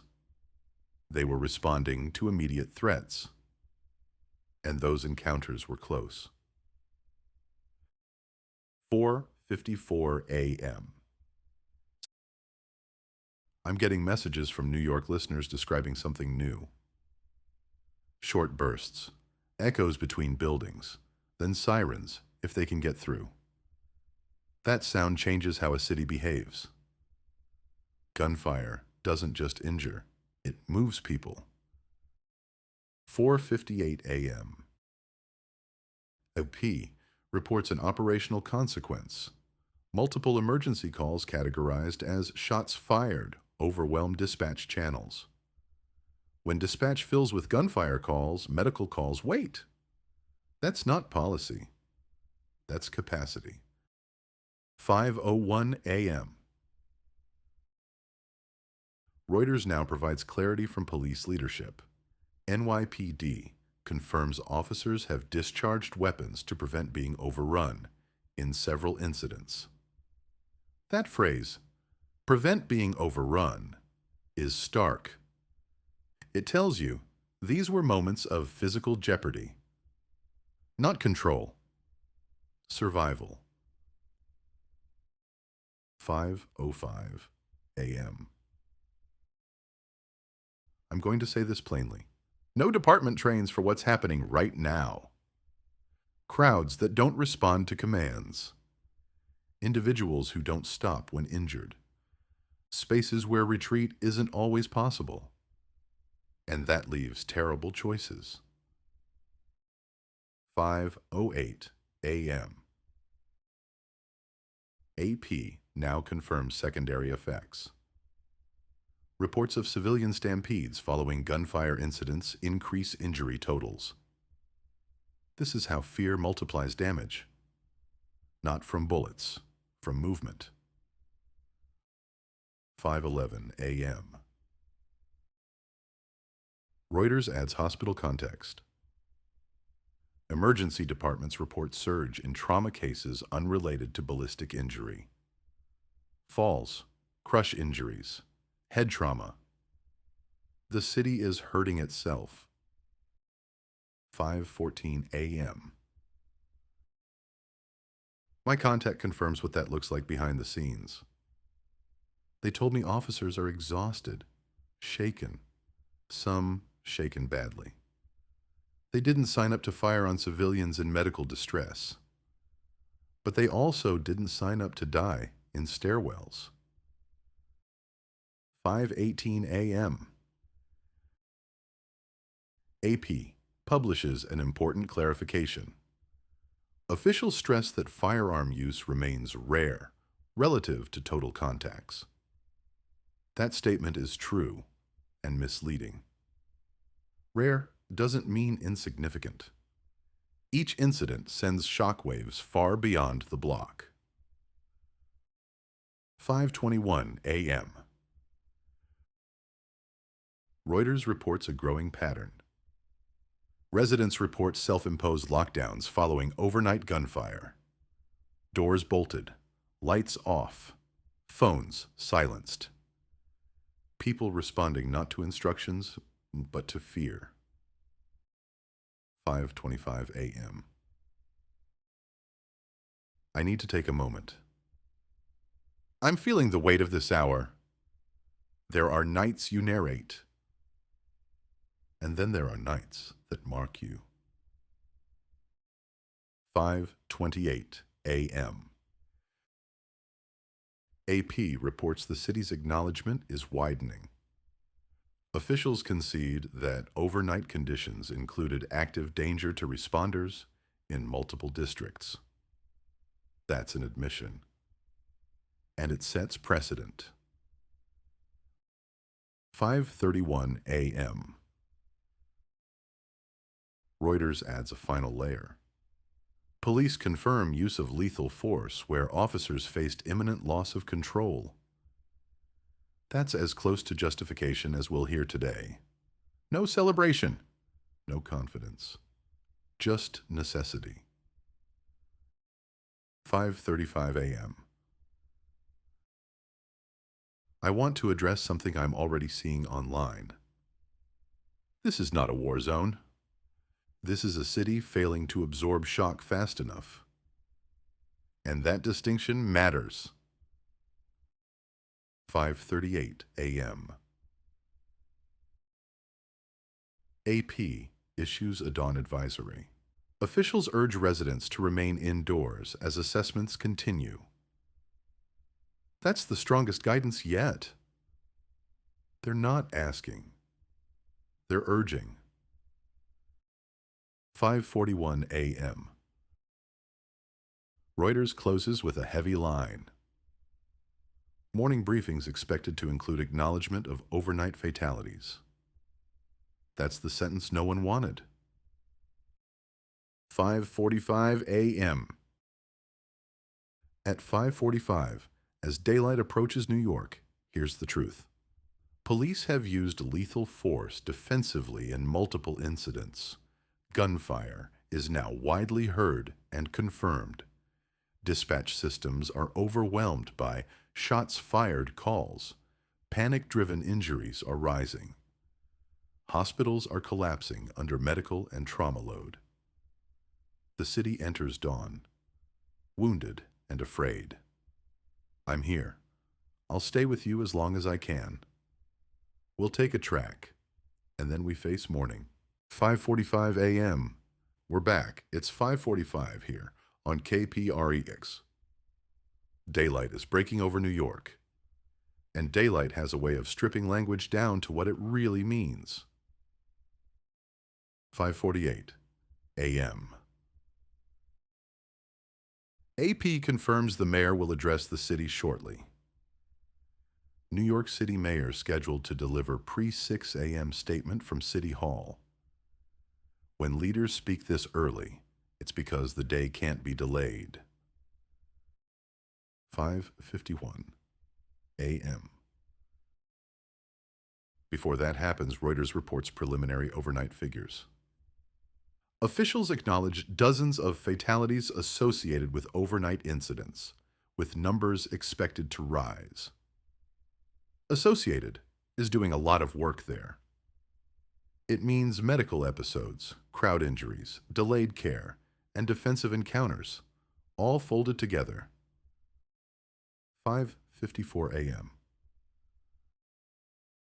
I want to prepare you for what public statements will sound like. They will be careful. They will be incomplete. That's not deception. That's the reality of speaking before the counts are done. 5:56 a.m. Mayor's statement via AP. New York City has faced a challenging overnight period involving a serious public safety and medical incident. Notice the phrasing, incident, not crisis. Our first priority remains protecting life and restoring order where it has been disrupted. That acknowledges loss of order, without saying worth. 5:59 a.m. Reuters adds the next line. The mayor urged residents to remain indoors and avoid non-essential movement. That's a major behavioral request. It stops short of an order, but it changes how people decide their morning. 6:02 a.m. The CDC has now issued a preliminary public health statement. CDC is aware of reports of neurological illness in New York City and is supporting local investigation. Short, restrained, non-committal. At this time, no definitive mode of transmission has been confirmed. That line lands very differently after last night. 6:05 a.m. I want to be honest with you. The gap between what officials can say and what responders know is widest right now. And that gap breeds fear. 6:08 a.m. AP reports reporters are pressing the mayor on hospital conditions. Mayor declined to comment on hospital closures, citing ongoing assessments. That wasn't a denial. It was a refusal to put numbers on a collapse. 6:11 a.m. Reuters reports an exchange with the CDC. CDC officials declined to address questions regarding bite-related exposure. That's notable. When a question is ignored, rather than refuted, it means it's under review. 6:14 a.m. I'm getting messages from New Yorkers waking up. People asking if they should go to work, if schools are open, if subways are safe. There are no clean answers yet. 6:17 a.m. AP confirms city agencies are staggering announcements. Officials plan rolling updates rather than comprehensive briefings. That's a sign they don't have a full picture yet. They're buying time. 6:20 a.m. Reuters now reports something that tightens the frame. Federal officials privately describe the situation as deteriorating, despite public reassurances. That sentence tells you everything you need to know. 6:23 a.m. The mayor concludes with a line that's already being replayed. New Yorkers should know that this city has endured worse, and we will endure this. That's for morale, but morale doesn't fix logistics. 6:26 a.m. CDC follows with a second note. Healthcare workers are advised to exercise enhanced precautions until further notice. That's a quiet acknowledgement of exposure risk, and it will further thin hospital staffing. 6:29 a.m. I need to say this carefully. There is a point where official language can't keep up with lived reality. We crossed that point overnight. 6:32 a.m. Reuters confirms morning media pressure is intensifying. Reporters challenge officials on discrepancies between statements and field reports. This is where trust fractures. 6:35 a.m. AP issues a stark clarification. City confirms fatalities exceeded initial overnight estimates. That's the first upward revision in daylight. And there will be more. 6:38 a.m. I'm going to pause for a moment. This is the hardest part of staying on air. When you know the truth is still forming, and it's already bad. 6:41 a.m. CDC concludes with a line worth paying attention to. Further guidance will depend on findings expected later today. That means decisions are coming, and not everyone will like them. 6:45 a.m. At 6:45, in full daylight, here's where New York stands. The mayor acknowledges disrupted order without detailing scope. Dozens of fatalities confirmed, with revisions ongoing. CDC issues cautious statements, avoids transmission specifics. Hospitals remain partially closed or diverted. Residents urged to stay indoors. Official language is no longer aligned with field reality. I'm here. We'll keep going. We'll take a track and see what the first full morning brings. We're back. It's 6:45 here on KPRX. I'm still on with you, but I won't pretend this is easy anymore. This is the hour where people wake up and start deciding what to do. 6:48 m. AP reports the first major systems decision of the morning.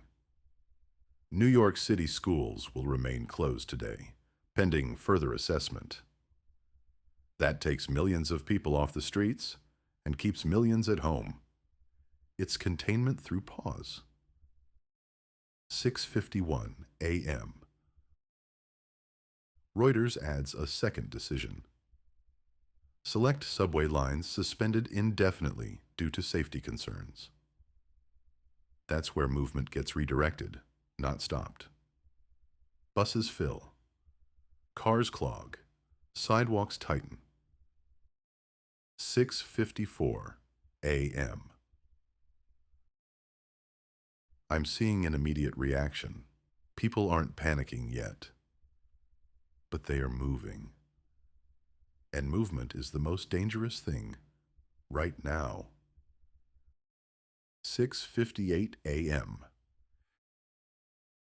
AP reports a leak, not a statement. Multiple hospital sources indicate bite injuries are being logged as potential exposure events. That is the first time that idea appears in print. Not confirmed. Not announced, but not dismissed either. 7:01 a.m. CDC is now being pressed aggressively.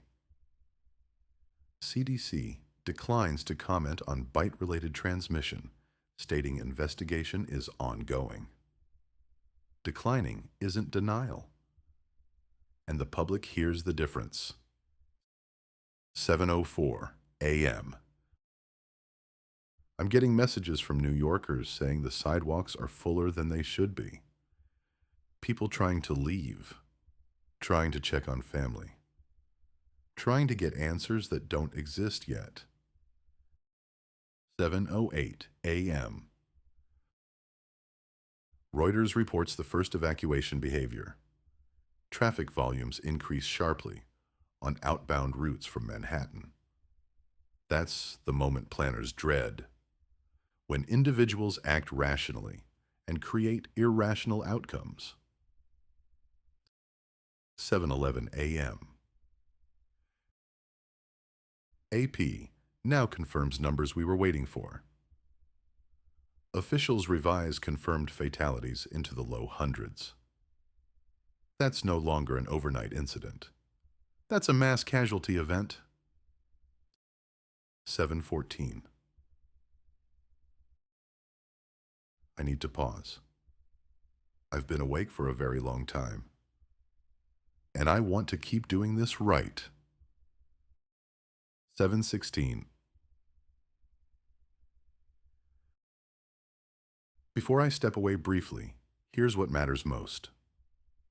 Schools closed, transit disrupted, hospitals partially shut, bite exposure now logged, not denied, death toll entering the hundreds, outbound movement accelerating. That combination is unstable. 7:18 a.m. I've been asked by the station to take a short break. Not because the story stops, but because I need to. I'll be right here in the building. A colleague will hold the mic. 7:20 a.m. I want you to hear this clearly. This isn't abandonment. It's so I can come back and keep doing this with a clear head. 7:23 a.m. We'll take a longer track now. I'll check back in later this morning. Stay inside. Stay informed. Stay calm. 9:30 a.m. We're back. It's 9:30 here on KPRX. This is Tom Harlow. I'm back on the air. I got a little sleep. Not enough. And while I was off the mic, the center did not hold. 9:33 a.m. I want to reset the frame. When we talk about collapse, we imagine streets. But the first places to fail were hospitals. 9:36 a.m. Recap. Brief. When I stepped away, we were here. Hundreds dead. Defensive gunfire. Confirmed. Transit braking. Bite exposure under investigation. That was 3 hours ago. 9:38 a.m. Now here's what has changed. 9:40 a.m. AP confirms what officials are struggling to say plainly. Multiple New York City hospitals are no longer accessible for emergency medical operations. Read that carefully. Not overwhelmed. Not diverted. Inaccessible. 9:43 a.m. Reuters adds the context, officials won't. Emergency services report sustained loss of control within several hospital facilities. That means responders can't secure them. And when a hospital can't be secured, it's no longer a hospital. 9:46 a.m. Now I'm going to tell you what I learned off air. This is from two separate hospital coordinators. They told me the same thing, independently. 9:48 a.m. Off-air confirmation. Several major hospitals are being treated as no entry zones by EMS and police. Not publicly announced, but in practice, they are abandoned. Ambulances do not go there. Staff who got out are not going back in. 9:51 m. One of them used this phrase. They're full of patients who can't be controlled and staff who can't be protected. That sentence is everything. 9:54 a.m. AP now confirms mass withdrawal. Hospital administrators evacuating remaining uninjured staff where possible. That's not a temporary closure. That's abandonment. 9:57 a.m. Let me say this plainly. Once a hospital loses control of its interior, it never comes back online. Not quickly, not safely. Those buildings are done. 10 a.m. Reuters reports the inevitable follow-on. EMS diversion protocols expanded citywide. Diversion to where? When the big centers are gone, there is nowhere left to absorb the volume. 10:03 a.m. My contacts confirmed something worse. Infected individuals are trapped inside these buildings. Some locked in wards. Some roaming stairwells. No power in parts. No running water in others. 10:06 a.m. AP confirms what that means. Officials acknowledge that patient evacuation from some facilities is no longer feasible. That is an admission of loss. 10:09 a.m. I want you to understand the scale. These are not clinics.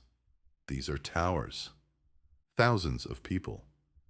And no one is going in. 10:12 a.m. Reuters now hints at operational reality. Police limit response near certain medical facilities due to elevated risk. That's a polite way of saying, stay away. 10:15 a.m. This is the moment the response breaks in half. One part of the city is still functioning, and another part is being written off. 10:18 a.m. CDC has still not spoken publicly about transmission, but hospitals already have. They made that decision with their bodies. 10:21 a.m. I'm getting messages now from New Yorkers who work healthcare.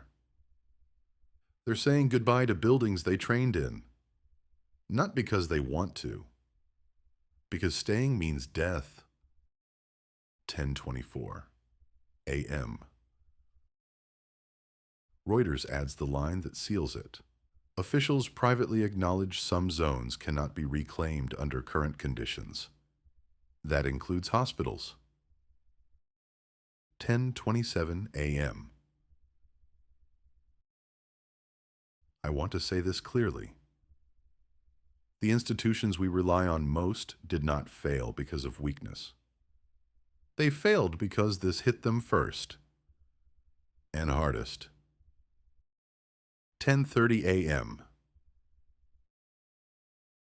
At 10:30, here is the truth. Multiple hospitals are abandoned and unsecured. EMS and police treat them as no-entry zones. Infected individuals remain inside. Medical care capacity is effectively gone. Collapse is now structural, not temporary. I'm here. We'll continue. We're back. It's 10:30 here on KPRX. I want to slow things down for a moment. This next hour is not about New York collapsing further. It's about something else beginning. 10:33 a.m. AP has issued a brief national item that, by itself, would not raise alarms. Authorities in New Jersey report responding to several incidents involving individuals exhibiting acute confusion and violent agitation.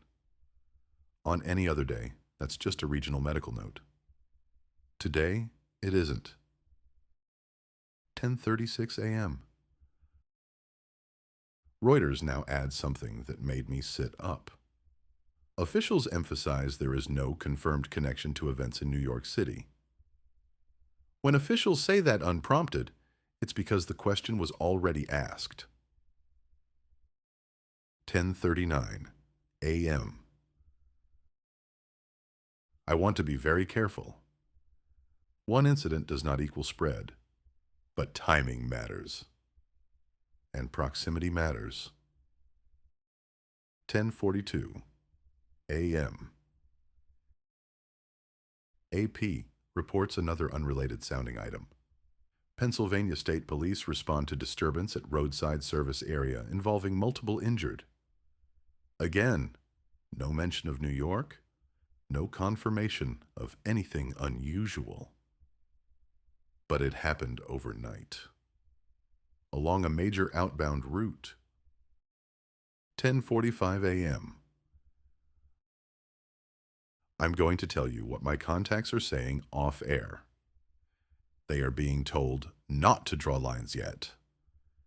Not because the lines aren't there, but because drawing them too early causes panic.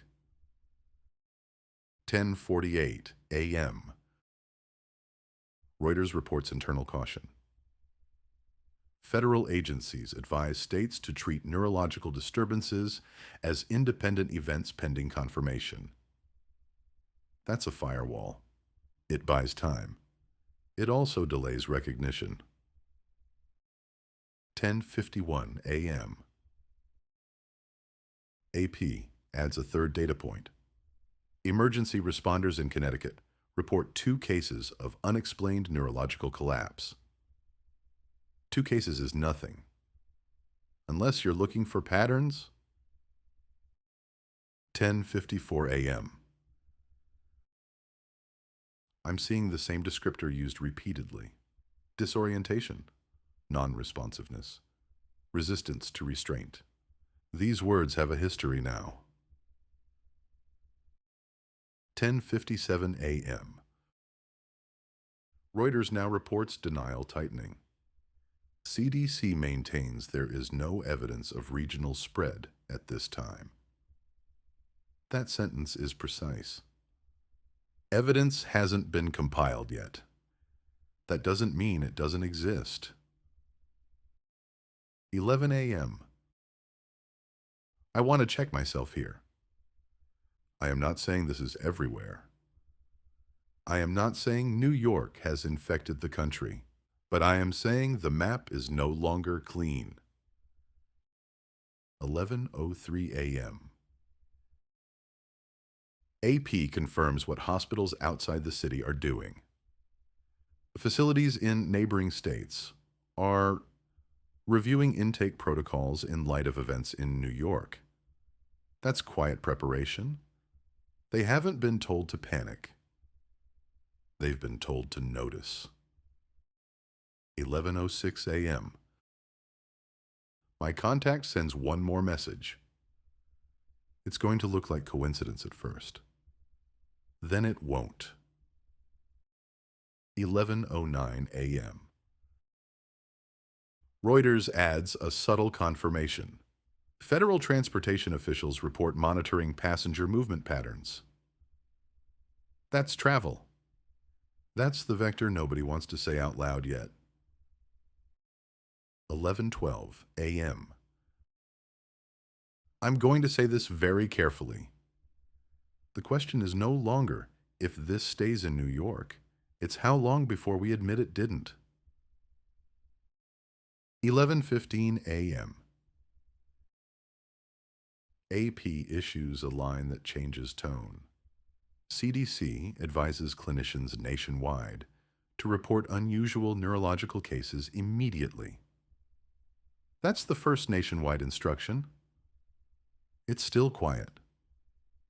But it's no longer local. 11:18 a.m. I'm getting messages from listeners outside New York now. Nurses asking what to look for. Police asking what to expect. They're not panicking. They're bracing. 11:21 a.m. Reuters closes this thread carefully. Officials stress that isolated incidents do not yet constitute spread. That word "yet" is doing a lot of work. 11:25 a.m. I want to be honest with you. This is how large events begin to unfold. Not with explosions, but with officials watching the same pattern appear twice. 11:30 a.m. At 11:30, here's where we stand. New York remains the epicenter. Unexplained neurological incidents reported nearby. Officials publicly deny connection. Quiet nationwide monitoring has begun. The map is no longer empty outside the city. I'm here. We keep going.